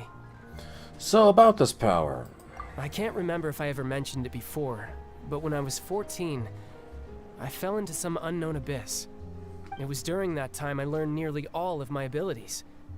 The one who took me under her wing and taught me was named Skirk. She was always quiet and very mysterious. Nobody knew where she came from or what she had been through, and she was always very strict when teaching me combat techniques. One time, I asked her why she was willing to take me on as an apprentice. From what I could make of her answer, it was because I had awakened it, and traces of it remained on me. She said that all my combat training would be useful in the future. But what is it? What did you awaken? She never explained that. But my guess is that it's related to a dream I saw when I had just fallen into that abyss. In my dream, I was in the deepest depths of the sea, and the boundless seabed was all around me. But in front of me appeared a whale that was so massive, I felt like I couldn't breathe. A whale? Oh, that sounds familiar! When we fought against you before, you summoned a huge whale that seemed to leap at us. Is that the one? That's just an abstract form of a whale that I create using my elemental powers. It takes that shape because the scene I dreamt of the whale has always been stuck in my mind. I'll never forget it. So you used the whale as inspiration for one of your moves? Huh. Seems a little twisted to Paimon. Eh? So why don't you just go ask your master? Maybe she knows the answer. You make it sound so easy. Ever since the incident I experienced there, I've never stopped searching for Master Skirk and that unknown abyss. But it's been years now, and I've still found nothing. There isn't even a trace of the place where I remember falling into the abyss. Oh, it sounds like some kind of ghost story. Yeah, I'm out of leads at this point, but there's nothing more I can do. It seems that strange encounters in this world tend to be elusive like that. Oh, seems the time really flies when I'm talking with you. I just remembered I have somewhere else I need to be, so I should get going. What? More work for the Northland Bank? No, it's more of a personal appointment. Lately, I've been sparring with some of Fontaine's official champion duelists whenever I'm feeling bored. Official champion duelists? You mean it's their job to duel? Yep, in Fontaine, before a criminal goes to court, they're given one chance to defend their honor by requesting a duel with an official champion duelist. The champion duelists are all-powerful fighters selected from among the nation's best. And the duel itself is a no-holds-barred fight with no specified stopping point. So engaging in such a duel is regarded as a symbol of defending your honor. If a criminal manages to win the duel, they'll be acquitted. But if they lose, they'll have no choice but to stand trial. And the worst-case scenario is that you're simply killed in the duel. Though it's rumored that Fontaine has a death penalty, from what I can tell, no one has ever been officially sentenced to death. So really, the only people who opt to duel are those who have suffered a grave injustice in being accused, or those who greatly value their honor. Otherwise, why gamble with your life? So, do many people actually get out of their trials by winning the duel? Apparently, it's exceedingly rare for anyone to actually win. Fontaine probably enacted this system as a way to show that the nation respects the honor of its citizens. Besides, none of the champion duelists are to be trifled with, which is exactly why I was itching to face them as soon as I got to Fontaine. Apparently, the one I'm meeting today, Clorinde, is the strongest of the champion duelists. I had been asking her for some time before she finally agreed to face me today. Well, that's child for ya. Paimon feels like we heard that name somewhere before. Clorinde. Yes, when we first met Queen Snooty. Oh, before I forget, I want you to have this. Wait, what? Huh? Your vision? You're seriously just giving it away? I'm just worried that it could become uncontrollable again. I'd be pretty upset if it got in the way of my duel, so I think I'll be better off without it for now. Besides, I just need you to hold on to it for a short while. I'll come retrieve it when I have some time later. Paimon knows what you're up to. You just want an excuse to come talk to us again, don't you? Whatever gave you that idea? I'll be in touch later. That sneaky guy. He said he's been feeling down lately, but he seemed the same as ever to Paimon. Well, since we don't have much to do for now, we might as well walk around and see the city before Lenny's performance.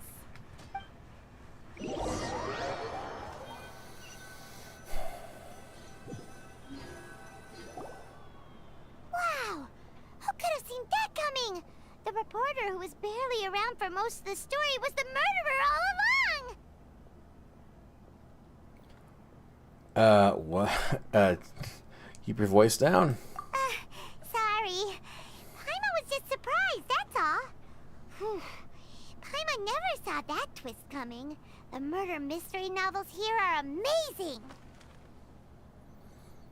And since when do you actually read?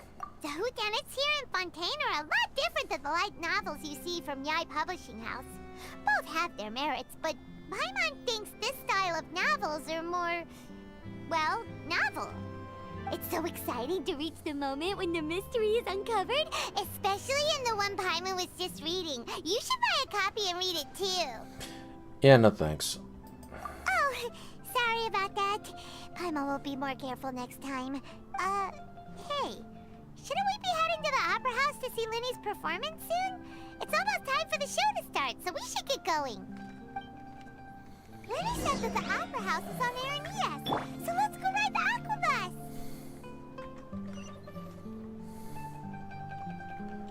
Right. I still need to get that statue.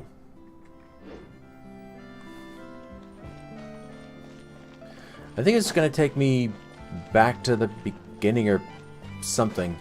I want to grab that statue before I go. Was there a... Wait. Hold on. Wasn't there a teleport here? I remember seeing one that's still red.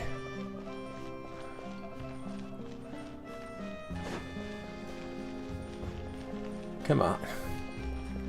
Come on, don't do this to me. I saw it. There it is. Give.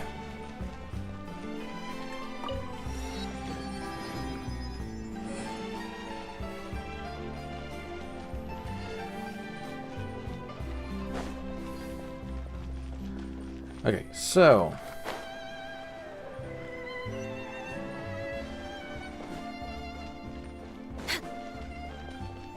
I still want that statue.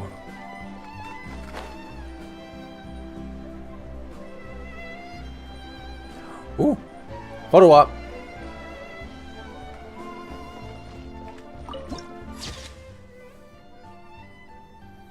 Yeah.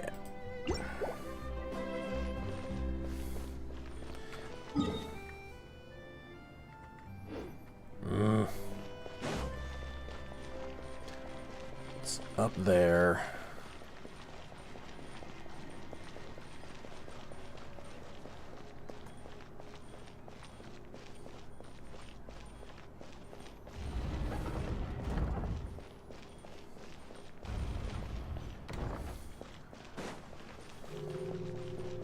Okay, so, oh, here it is. Wait, what? Okay.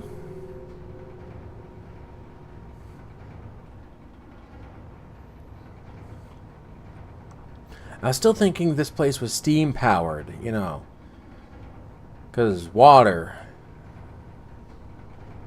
That's why I thought this place was industrial aged. Okay. Ah! Statue! Add a world quest. Hold on. One thing at a time.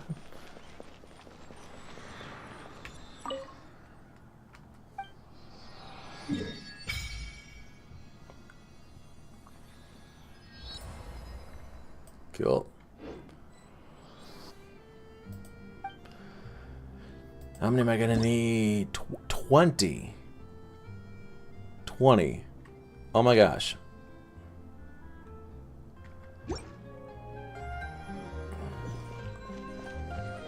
Okay. What?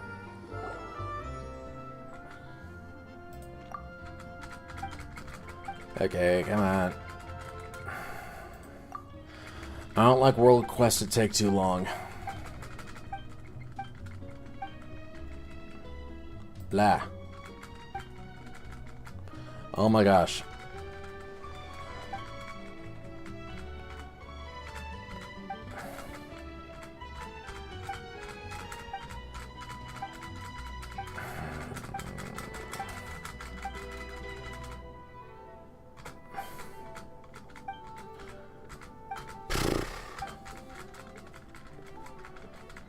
Is this one of those big, long quest lines?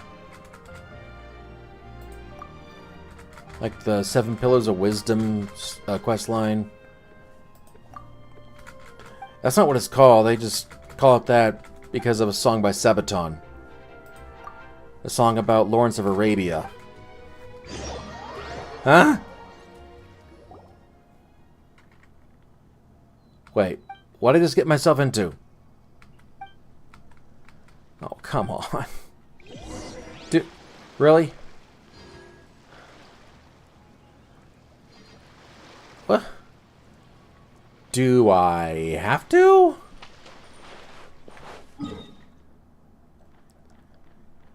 At least I already have that teleport waypoint. I can come back to this. I could just come back to this. Like It is a big one. Oh no. Got two of them. No. I don't have time for this. I don't have time for this. No, I don't have time for this.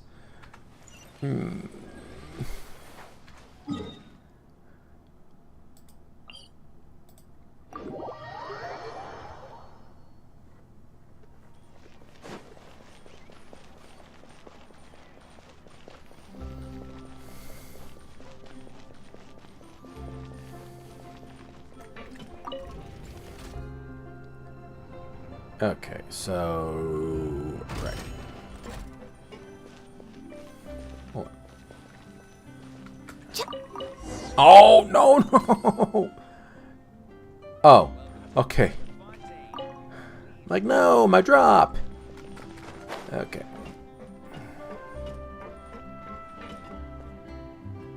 Head to Aranis. So, what? Okay.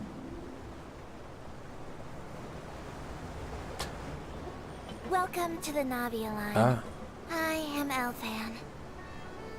The boat will be departing imminently. Please do not stick your head, hands, or other body parts outside the boat. The Aquabus operator is not responsible for any accidents or injuries resulting from doing so. Also, please remember to buy the Steambird, though I don't read it myself. So, what's your people The destination of the current tour is Arenias. Points of interest worth visiting include the Fountain of Lucine and the Opera Epiclese. So what? If you look to the left in the direction we are currently traveling, you will see the famous Fontaine Research Institute up in the sky. An experiment gone wrong turned a new sightseeing opportunity. Human ingenuity truly is a wondrous thing. So what's your people called anyway?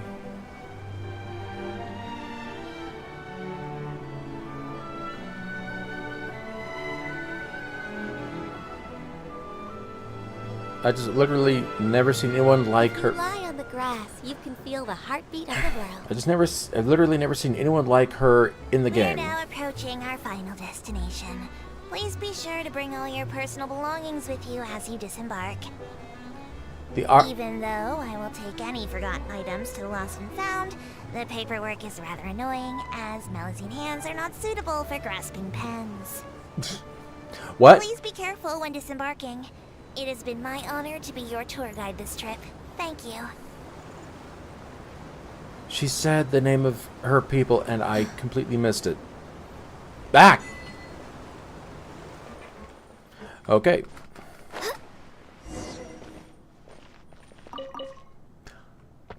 I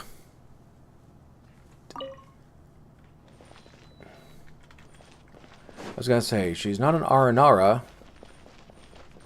Let's just say they don't really interact with people. Normally. Flowers. Rainbow Rose? Rainbow Rose. Next on the agenda. I don't know why that's supposed to sound familiar to me. Maybe like an anime, like Rio Rainbow Gate or something. That's a long, long time ago. Wait, where am I? Where exactly am I? I'm like way there. Come on.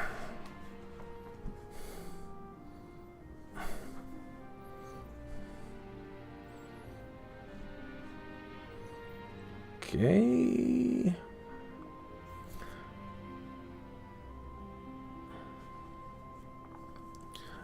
Okay, so I'm gonna grab this, I'm gonna mark it on the map, and I'm gonna move on. What is that?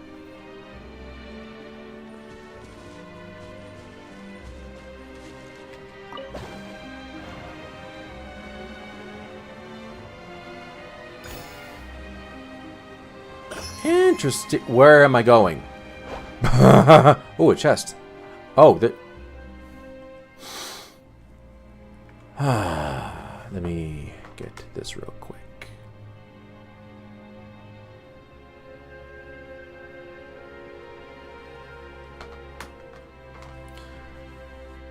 I see chests. I gotta get chests.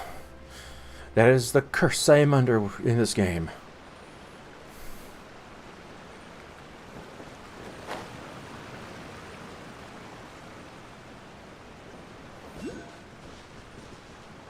Another one. Okay, so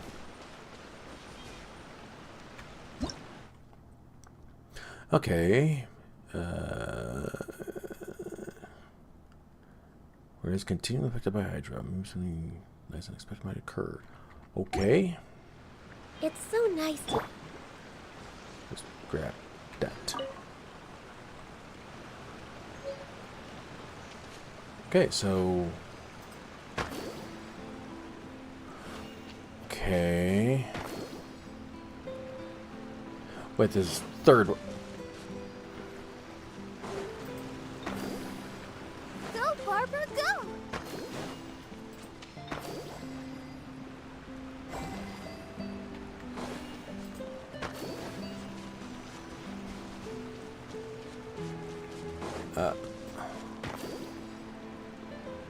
Okay, so hold on, move.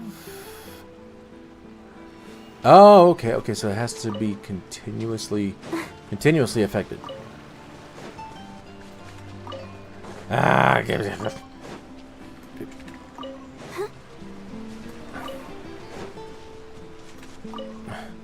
ah, got it. Okay, so they have to be all in there at the same time. This is the kind of surprise I could sing about. Please don't. Take that.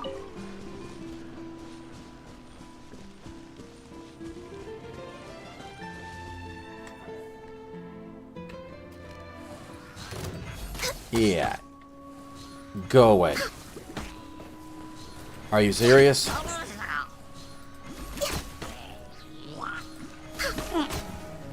Huh?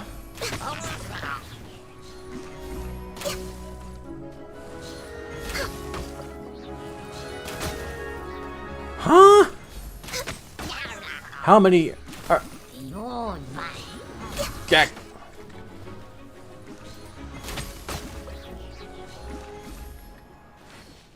Okay, wait.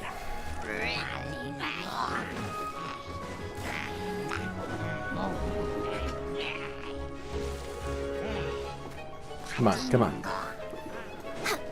So it's not as simple as just... Whoops. Not as simple as just killing them. Ow!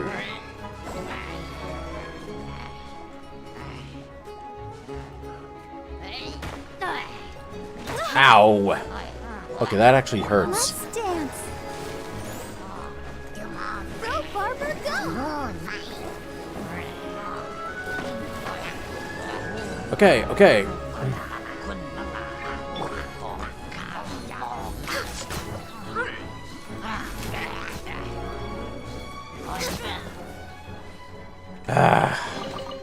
Perhaps whoever left these behind was also fulfilling a contract. Okay, so wait, where am I on the map?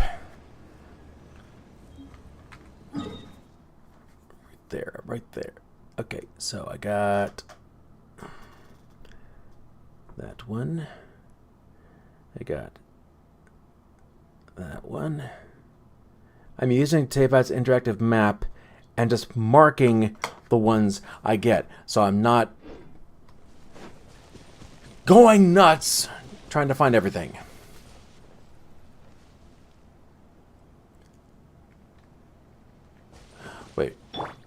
Let's let the show begin. Wait a minute. Oh.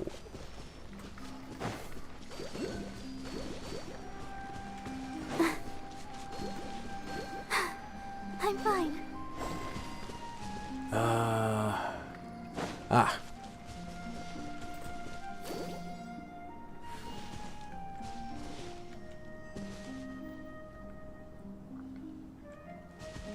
Let's dance.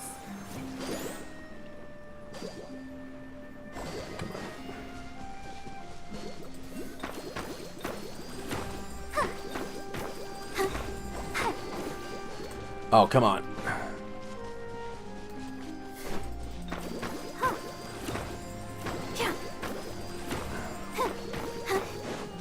Oh, I think I might actually need a Hydro Traveler for this. Okay.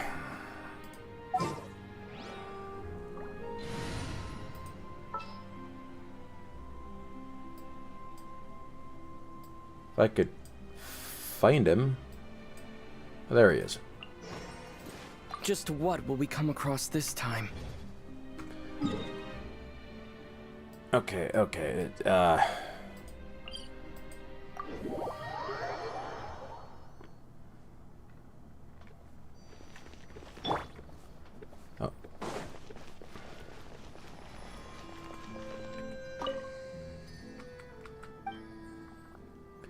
Resonate with Hydro. All right.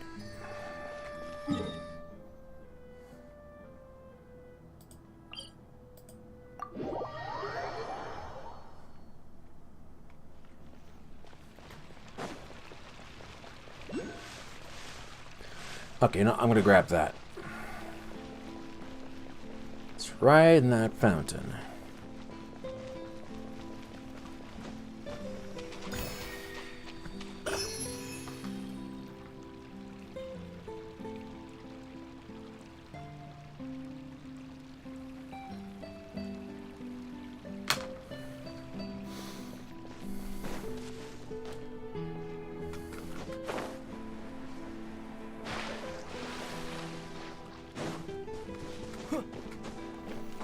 Okay.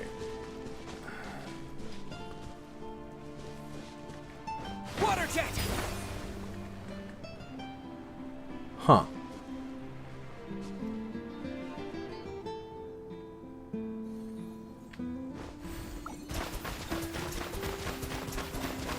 Go! Okay, well. I'll protect us.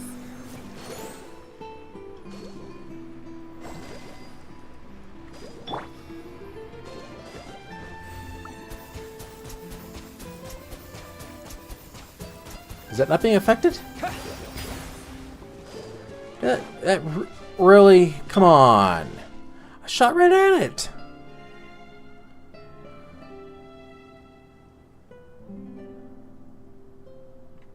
Let's dance.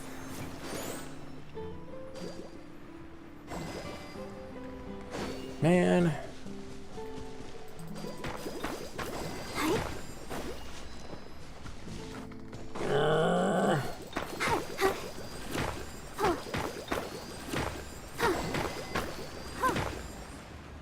Okay. I'm just gonna put a thing here, mark this as something I gotta do.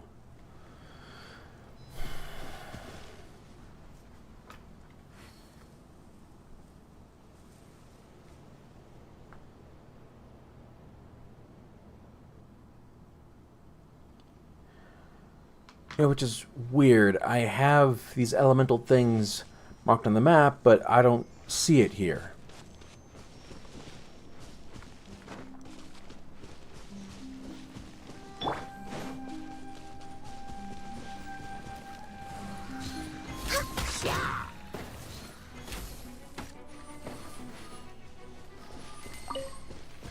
Okay.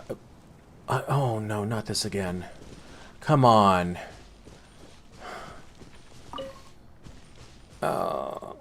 Okay, just mark another one. So I don't want to deal with that right now.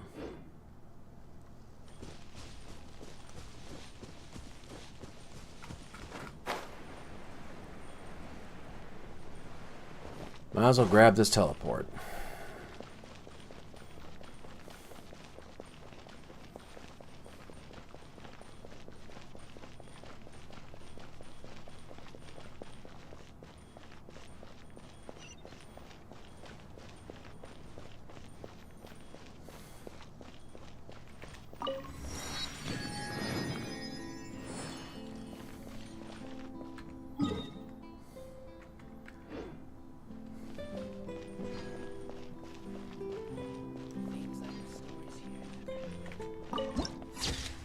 What up?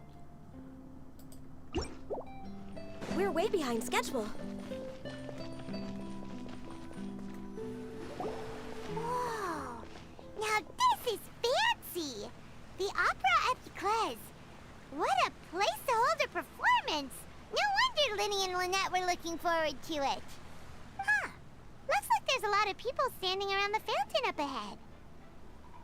Oh, Archon, please bless us with a bright and healthy child. We pray.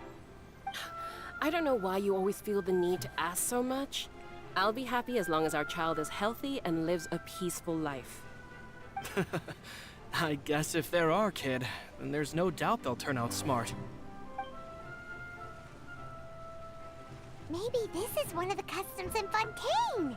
There sure are a lot of couples here. Vache. Huh? What's wrong? Vache. Vache. Did you just say something? No, Paimon didn't say anything. Are you hearing things? Huh. Welcome to the Fountain of Lucine. All the water flowing through Fontaine converges here. It's customary for newlyweds to come here and wish for children. Lynette! You scared Paimon! When did you get here? Lenny asked me to wait here for you, remember? Right. By the way, did you hear her voice just now? What do you mean? There are a lot of people here right now. I mean, Hey! You're not trying to scare Paimon, are you? Besides, it's the middle of the day! It's not the time for eerie things! I see. I might be able to tell you something that could help explain the voice you heard. In fact, you might not be imagining things at all. I suspect that what you heard is a result of your hypersensitivity to the hydro element. Others in my family have had similar experiences. It's because of his sensitivity to the hydro element? But what would hearing a voice have to do with elemental power? When do you cry, Paimon? Wait, what? What does that have to do with anything? Just answer me. When do you cry?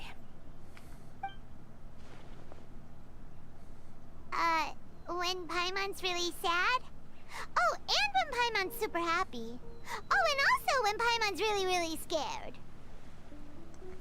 Then you should understand that tears contain your most intense emotions.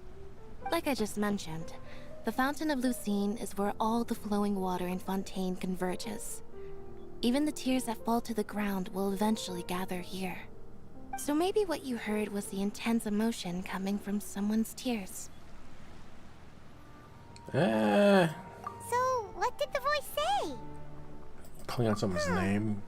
If you were hearing their emotions, then Paimon wonders what happened to them. Rather than worrying about them, we should worry about my brother first. Don't let that calm look of his fool you. He tends to get pretty nervous just before a performance. So chatting with Linny might help him relax a little before he goes on stage. Oh, right. That makes sense. Let's go in and see Linny.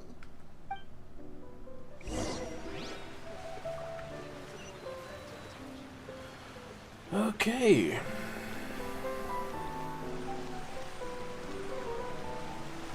Next on the agenda. No two cases.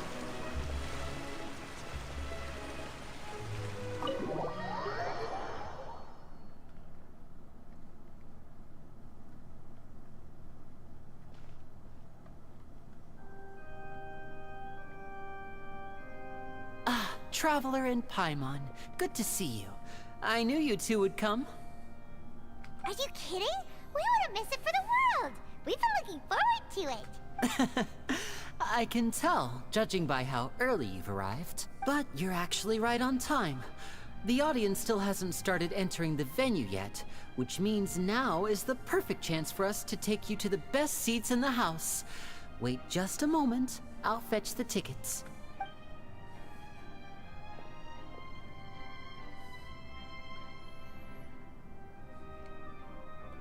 Okay, so...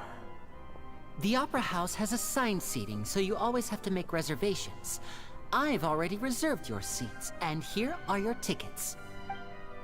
Ooh, front row seats! Thanks, Linny! Don't mention it. There's no need to keep thanking me. Hey, Linny! Could you come over here and take a look at this? Oh, I'll be right there. Seems there's an issue with the stage props over there. That's Cal, my assistant, calling me. I'll go lend him a hand. Sure. Yeah, we'll just go to our seats. You go ahead, Linny. That guy almost sounded like Arthur Morgan of Red Dead Redemption in that bar scene. Hey, Lenny! Lenny! Where are you? Bottoms up, Lenny!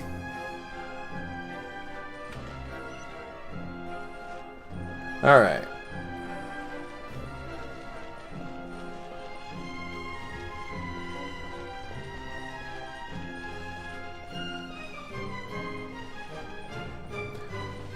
Not exactly a packed house, is it? Like I said, they're just not here yet, or whatever.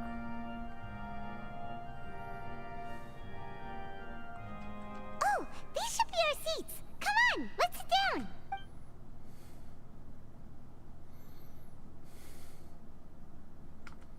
You actually gonna sit? Paimon.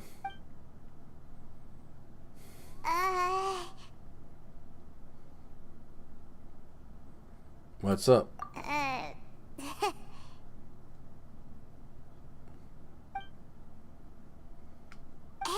Traveler. Maybe we should strike up a conversation with the person next to us. Since we're sitting together and the rest of the place is practically empty still. Literally empty. It's kinda awkward if we don't say anything. Well, have fun with that. Of course you put this on Paimon. Excuse me, I did not realize you felt awkward. I am terribly sorry. I would be perfectly happy to chat with you if that is what you would like. Oh, so you heard all of that, did ya? Boy, you sure have good ears. Paimon thought she was keeping her voice down. Wait, that's not it. Paimon's sorry. Paimon's the one who was being rude, talking under her breath like that. So, let's talk, but, what should we talk about? Oh, Paimon's got it. You're also here early and sitting in the front. Are you a friend of Linny's, too? A friend, you say? Well, if Mr. Linny would like to be my friend, I would be more than happy to reciprocate. Oh, so you're not friends with Linny, then? Oh, this is getting more awkward by the second. Paimon nearly forgot to make her introduction. Nice to meet you. Paimon is Paimon, and this is the Traveler. We just arrived in Fontaine. It is an honor to meet you two. I have heard of your deeds across Tevat. And as required by proper etiquette, I will also introduce myself. I am... Oh, Monsieur Nervillet. What an honor it is to have you here to see my show. Ah, Mr. Linny. I should say it is in fact an honor for me to see your performance in person. Wait, Nervillet? Could he be...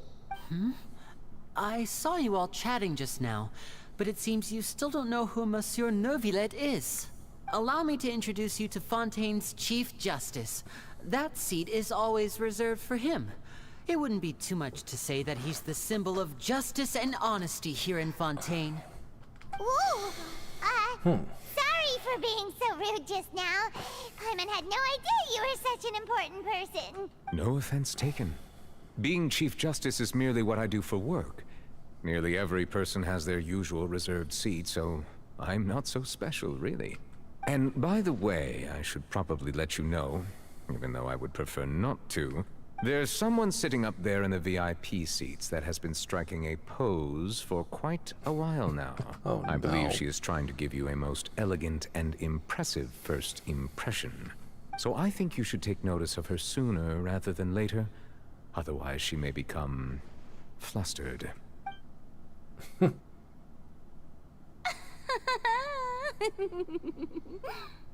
Huh? Oh, it's Farina, the Hydro Archon. Huh. She sure has a smug and satisfied look on her face. Guess she has no idea that you saw right through her act. Very good. That is for the best. No need to pay her any more attention. We may now enjoy the show. Huh? So is this what things are like between the Chief Justice and the Hydro Archon? All right, please wait just a moment longer. I've pretty much finished my preparations, and the performance will start as soon as the audience has made their way to their seats. Yay! The show's finally about to start! Paimon can hardly wait! Paimon's never seen a real live magic show before! So the Hydrocon's basically an Instagram influencer. Craving attention. Oh, they're dimming the lights! The show must be starting!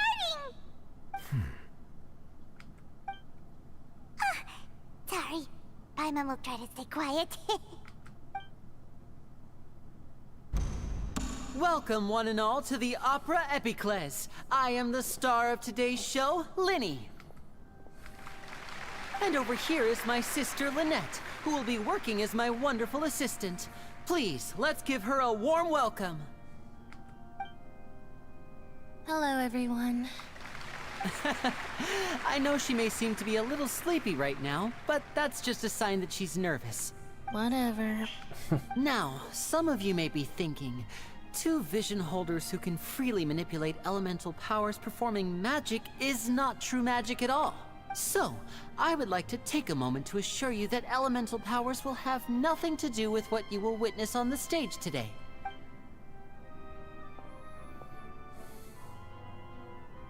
Both Lynette and myself have removed our visions for the show. That way, even the gods won't be able to help us. Oh, good point. That's what makes the show real magic. Now, without further ado, let the show begin. Lynette will now exit the stage to make some preparations. I know you might miss her, but don't worry. She'll be coming right back on stage momentarily. Perhaps in an unexpected way. I'm sure she'll be stealing the spotlight soon enough. Oh, and before I forget, there's one more thing I should say. You never know what can happen in the blink of an eye. A magician's greatest skill is making things disappear or appear. The possibilities are endless.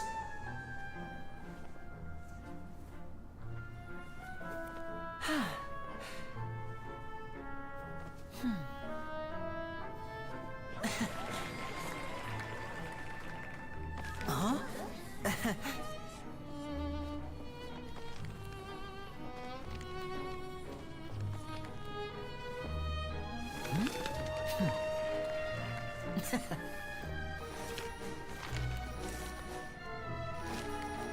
But this isn't what you came for. These little tricks, you've seen them all before. So it's time for something truly extraordinary, don't you think? This one's a little tricky.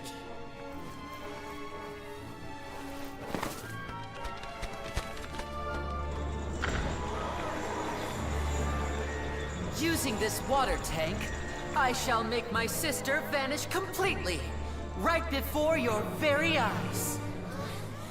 It's almost like a Houdini performance.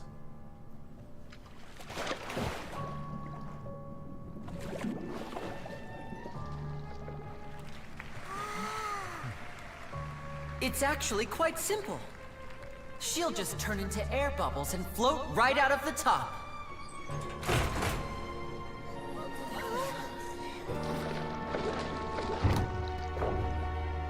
Oh no!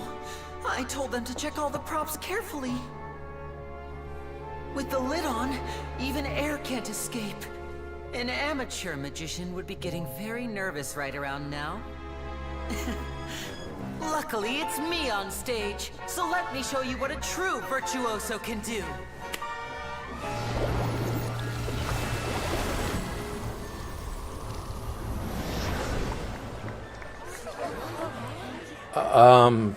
Wait a minute. Hold on. Lynette, are you still there?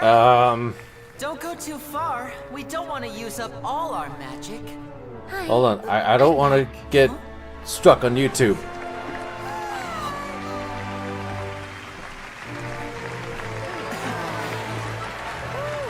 Okay.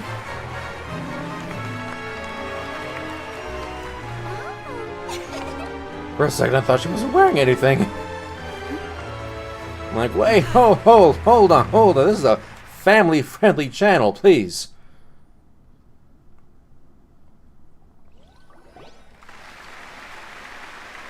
Whoa! What in the world just happened? How did he do that? Paimon didn't see him do anything. Wasn't Lynette inside the water tank? How did she disappear and then reappear out of nowhere? Famous magician? If we could see easily through his tricks, then that would mean that his skills are still lacking.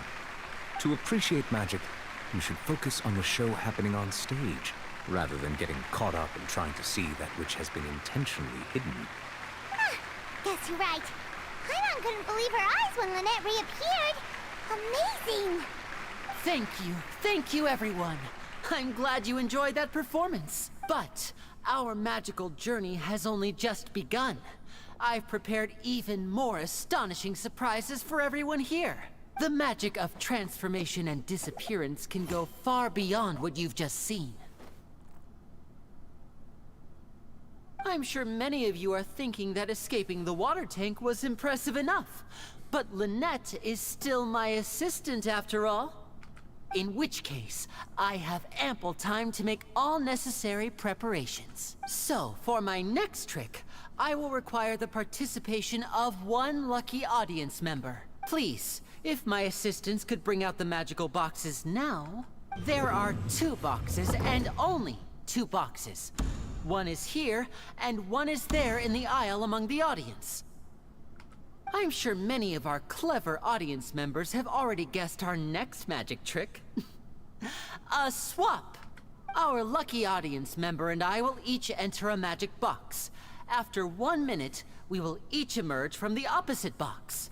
Now please, everyone pay very close attention to the box you see here. Don't give me any chance to make a move. Wow! How's he gonna do this?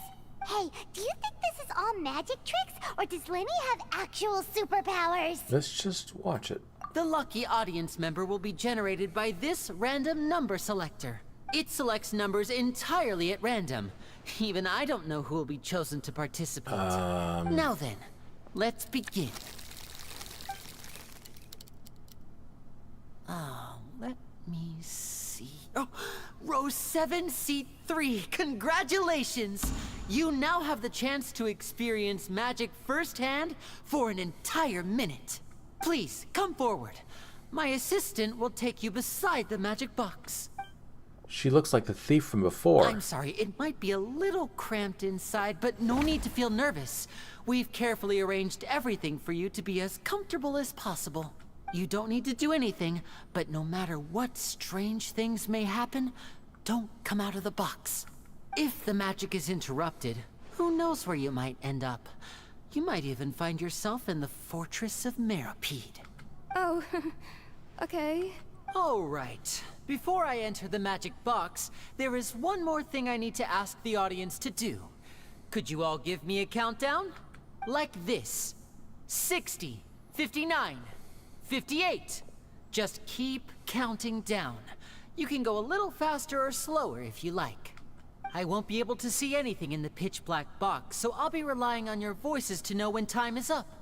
Oh, and no tricks now.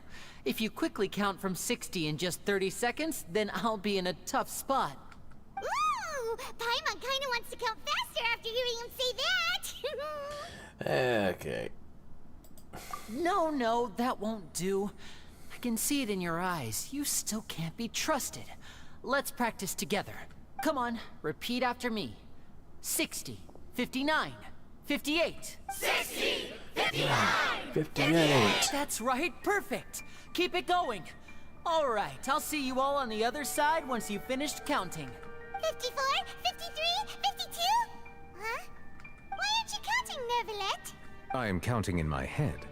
I think things are exciting enough in here as it is. Merely a consequence of my identity and personality. Do not worry about me. Just enjoy the show. Oh, all right. You look so serious that Paimon thought you might be feeling uncomfortable or something. 40! 39! 38! Mr. Linney, are you all right in there? Yes, I'm fine. I'm just double-checking the direction of the magic. It would be a disaster if we get sent to the wrong places. For example, midair right above the audience. Even though he's saying that, Lenny doesn't seem nervous at all. It's part of the show. What was that noise? Did you hear it too? Stay. Not sure. Anyway, it doesn't seem like anyone's worried about it. 25! 24! 23! I like how they're only counting 3 numbers at a time I randomly. can still hear you moving in there. I seem to have accidentally knocked over a decoration. I'm trying to fix it, but it's pitch black in here. I can't tell left from right. Never mind the decorations. There's no time for that. The show is what's important. No, that's unacceptable. I want my show to be perfect. Don't worry, we still have 20 seconds. Hear them counting? 19! 18! 17! It seems things aren't quite going as planned. I apologize, everyone. It feels like you're all starting to count faster, but that's all right. I know it can be tiring to do such a long countdown. 10 seconds and change is still plenty of time. 10! Almost there now. Whew. Swapping 2 people is harder work than you might think. Even a master magician like me can't guarantee I'll get it right the first time. Hey, wait! Is this the Did back the traveler one? just laugh? I can't tell. They both look the same inside. Huh? No, that's not it. I'll try again. 7! Hey, slow down! Honestly! 5! 4! 3! Whoops! That doesn't count! 0!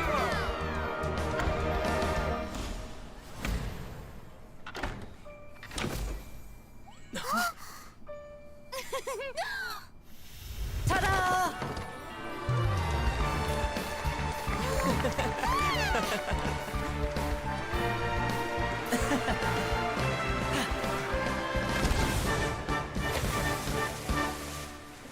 Okay, what about the stage?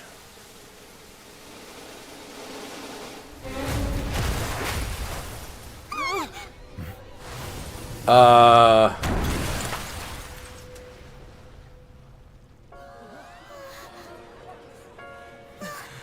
happened?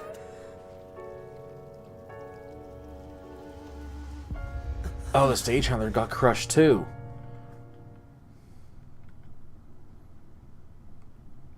What about the audience member? Huh? Is this part of the show? Mr. Lenny, you're going to use magic to fix the stage now, right? What happened? Oh no. Maybe this isn't part of the show. The girl was still in that box, right? This performance is over.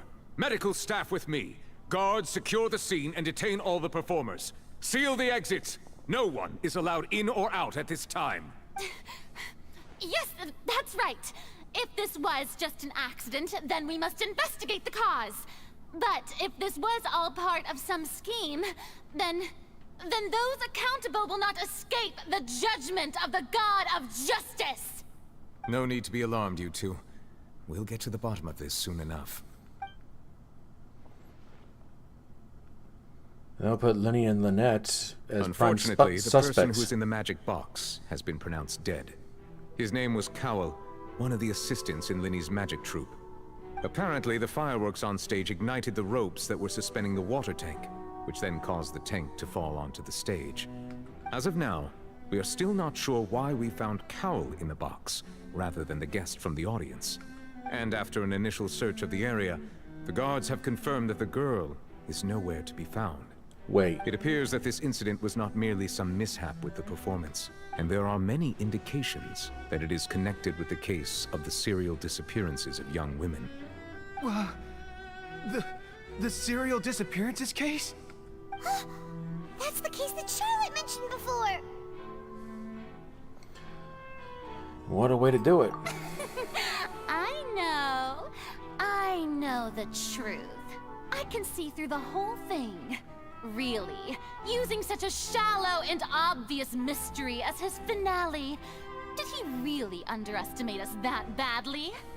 I say that our powerful magician, Mr. Linney, is now the prime suspect for the serial disappearances case. Huh? Why me? This whole thing was an accident. Isn't he like 17 or something? No. This all occurred during your magic show, did it not? The missing girl disappeared after being chosen, did she not? The deceased is one of your assistants, is he not? Now that I think about it, that whole speech about magicians making things disappear was nothing more than a provocation, a bald-faced challenge. That can't be right. How can Linney do this? He was in the box on the stage the entire time. We can even hear his voice. Besides, before the show, he told us that he would like to catch the criminal behind the disappearances. He couldn't possibly mean catching himself. He's a suspect. Save discussion for a later time, please. Lady Farina, may I assume that your comments just now constitute an accusation against Mr. Linney and his associates, and that you are pressing charges? Huh? I just think that he... Well, I think it might be a little early to talk about formally pressing charges. But what Lady Farina said just now makes perfect sense. Looks like she's gonna personally deliver justice. A kidnapping and murder carried out under the cover of a magic show. Lady Farina said it all. I mean, of course, my dear people.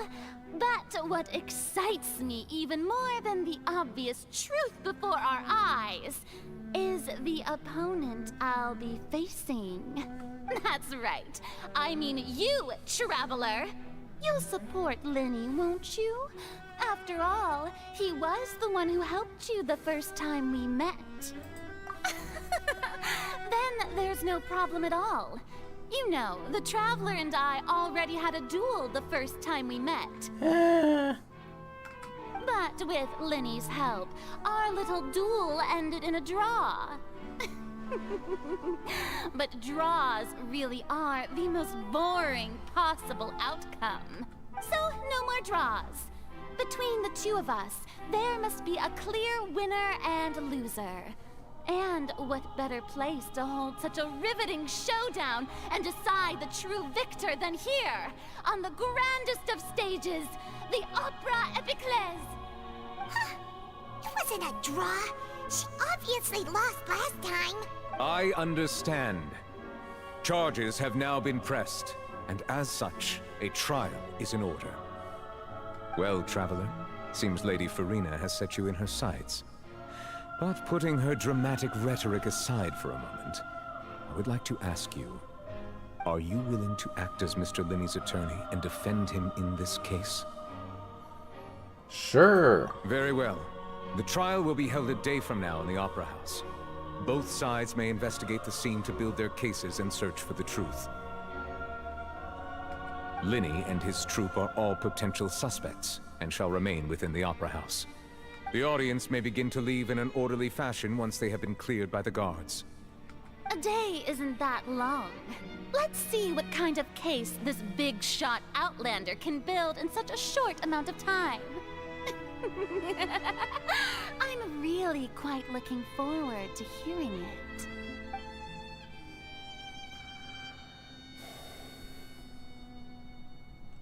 Okay. Linney! Sorry about everything that happened just now. Were you frightened? Of course! Who wouldn't be scared after witnessing an accident like that? Yeah, I'm a little shaken up myself. How could this happen? And poor Cal. I know you already claimed that you would defend me, but now it's just us talking. Tell me, do you think I could possibly be the murderer? No. Good to hear. Thank you so much for trusting me. I'm sure everyone sees me as the biggest suspect at this point. But if you ask me, the whole thing is mysteries layered upon mysteries, such that all that's left is confusion. I don't know whether what happened there on the stage was purely an accident or not, and I don't know why poor Cal was in the box. As for how that girl chosen from the audience could suddenly disappear, I'm afraid I don't have any answers either. If someone tampered with my performance, then we need to figure out what they did. Even a skilled and knowledgeable magician like myself couldn't pull all that off in just 1 minute. Yeah, it's very strange. Which is precisely why we need to investigate. As this book says, the impossible could not have happened. Whatever happened must have been that which is possible. What are you, using Occam's razor or something? And where'd you get those glasses? Paimon bought them when we were reading at the bookshop in the city earlier. Pretty cool, huh? Don't worry, Paimon used her own savings to buy them. It wasn't from our travel funds. I think they look cute on you, Paimon. You have good taste, Lynette. That's the right attitude. Feeling depressed isn't going to help me now. I need to get back to my normal self. But with the guards watching our every move, it's going to be especially difficult for Lynette and I to prove our own innocence. Good thing you agreed to be our attorneys. Thanks for that. We'll be counting on you. Yes, thank you so much. We'll let you down. Yeah, just leave it to us. Oh, since we're going to start investigating, Paimon has a question first. Where did Lynette go during the performance? That's a good question. Oh, well, I'm afraid that would involve some of our essential trade secrets as magicians. The secrets behind our magic are past saving, Linny. I suppose you're right. The truth behind our tricks is going to be important evidence that will be weighted during the trial. 'Tis truly a pity. As a magician, our magic show is a work of art. We've poured countless hours and spared no effort in perfecting it. But if revealing our secrets will help you uncover the truth behind what happened, then it will be well worth it. We should go somewhere else if we're going to discuss our magic tricks. We'll go speak with the guards, and in the meantime, you can go investigate the stage and the seating areas. Alright, let's go have a look while the investigation teams are still here. Detective Paimon is on the case!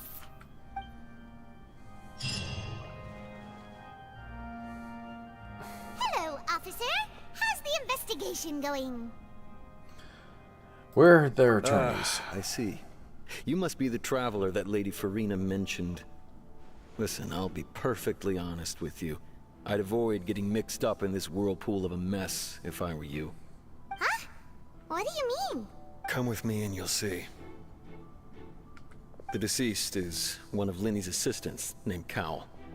Even though he hadn't joined the troupe long, he was hardworking and everyone Chalk line out and generally liked everything. him. The assistants are usually in charge of setting up and inspecting the props, as well as assisting with the show and keeping the crowd engaged. As you probably saw when you were in the audience, the water tank suddenly fell and smashed the box with Cowell inside it. But why was he inside it? This is the real mystery. We've already searched the scene and were unable to find any traces of the girl. However, if you look carefully, the box was positioned directly under the water tank. The ropes holding the tank were then burned by the pyrotechnics on stage, causing them to snap. All these factors lining up so perfectly makes it hard to see this as a mere accident. If anything, the more logical explanation is that the whole incident was intentionally planned, and Linny is the most likely person to have access to all these areas. But he doesn't have a motive. Are you both good friends of his? Well, you can't say we're good friends, but we've known each other for a little while. So in just a short time, he was not only able to win your trust, but even convince you to act as his attorneys. I know there's no such thing as magic. The real trick of a magician is holding the audience in the palm of their hand. I've seen a lot of cases, and I can tell you that people are the least reliable kind of evidence. Sorry, I tend to be pretty straightforward. Just know that I'm warning you for your own good. Anyway, you may investigate the scene of the crime yourselves if you're curious. Who knows, maybe you'll be able to come up with some new evidence. Isn't that not the way that a CSI does things? You can use the case record to confirm your current evidence and clue collection situation and sort case-related information. You can check as yet undiscovered evidence and clues in the case record, then investigate the corresponding area to locate them. Use a perception skill to find evidence and clues that can be investigated within a certain radius around yourself. This will advance your overall progress. Oh gosh.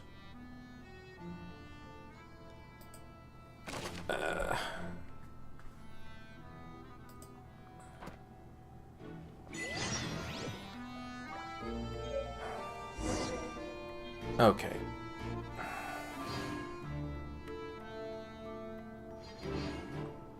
Getting a lot of stuff. Whoever the murderer was, they must have made preparations well beforehand. Yeah? Okay, well, here's the thing. It's getting late. I need to get ready for bed soon because I gotta work early. But I will probably stream this. Oh. Hey, what's up, Joe?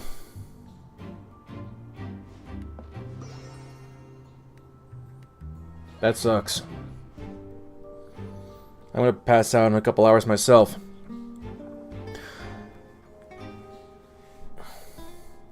Yeah, what's up?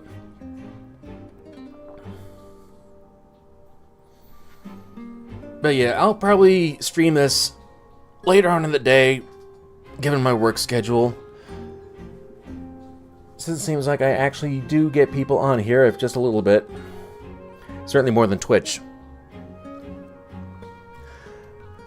And yeah, I'll continue the Archon quests and hope to... Shut up, Ether. And hope to get to the end of the content that's available before 4.1 comes out. Like next week-ish. No. A couple of weeks. Right after I turn 40. Oh my gosh, I'm turning 40. Yep, that's right. My subscribers of YouTube, I am turning 40 in about a week. Happy birthday to me.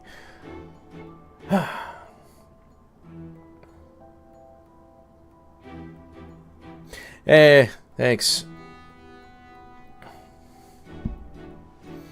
Hoping to go to a nice restaurant. So anyway, I think I should wrap this up here. So I can get ready for bed soon. But I hope you enjoyed the video that I put up yesterday. Even if the frames per second isn't so great. Because I am not rich. I can't really afford the biggest computer ever, like Markiplier, and I don't have a Sony camera. This is... What is this, Razer? I think this is Razer. It's better than Logitech, but still.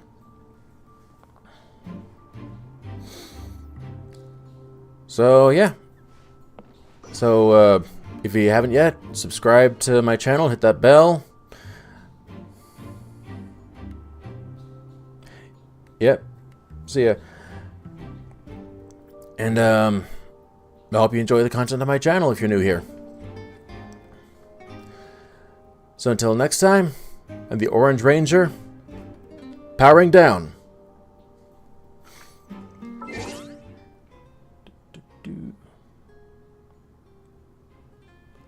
See you later.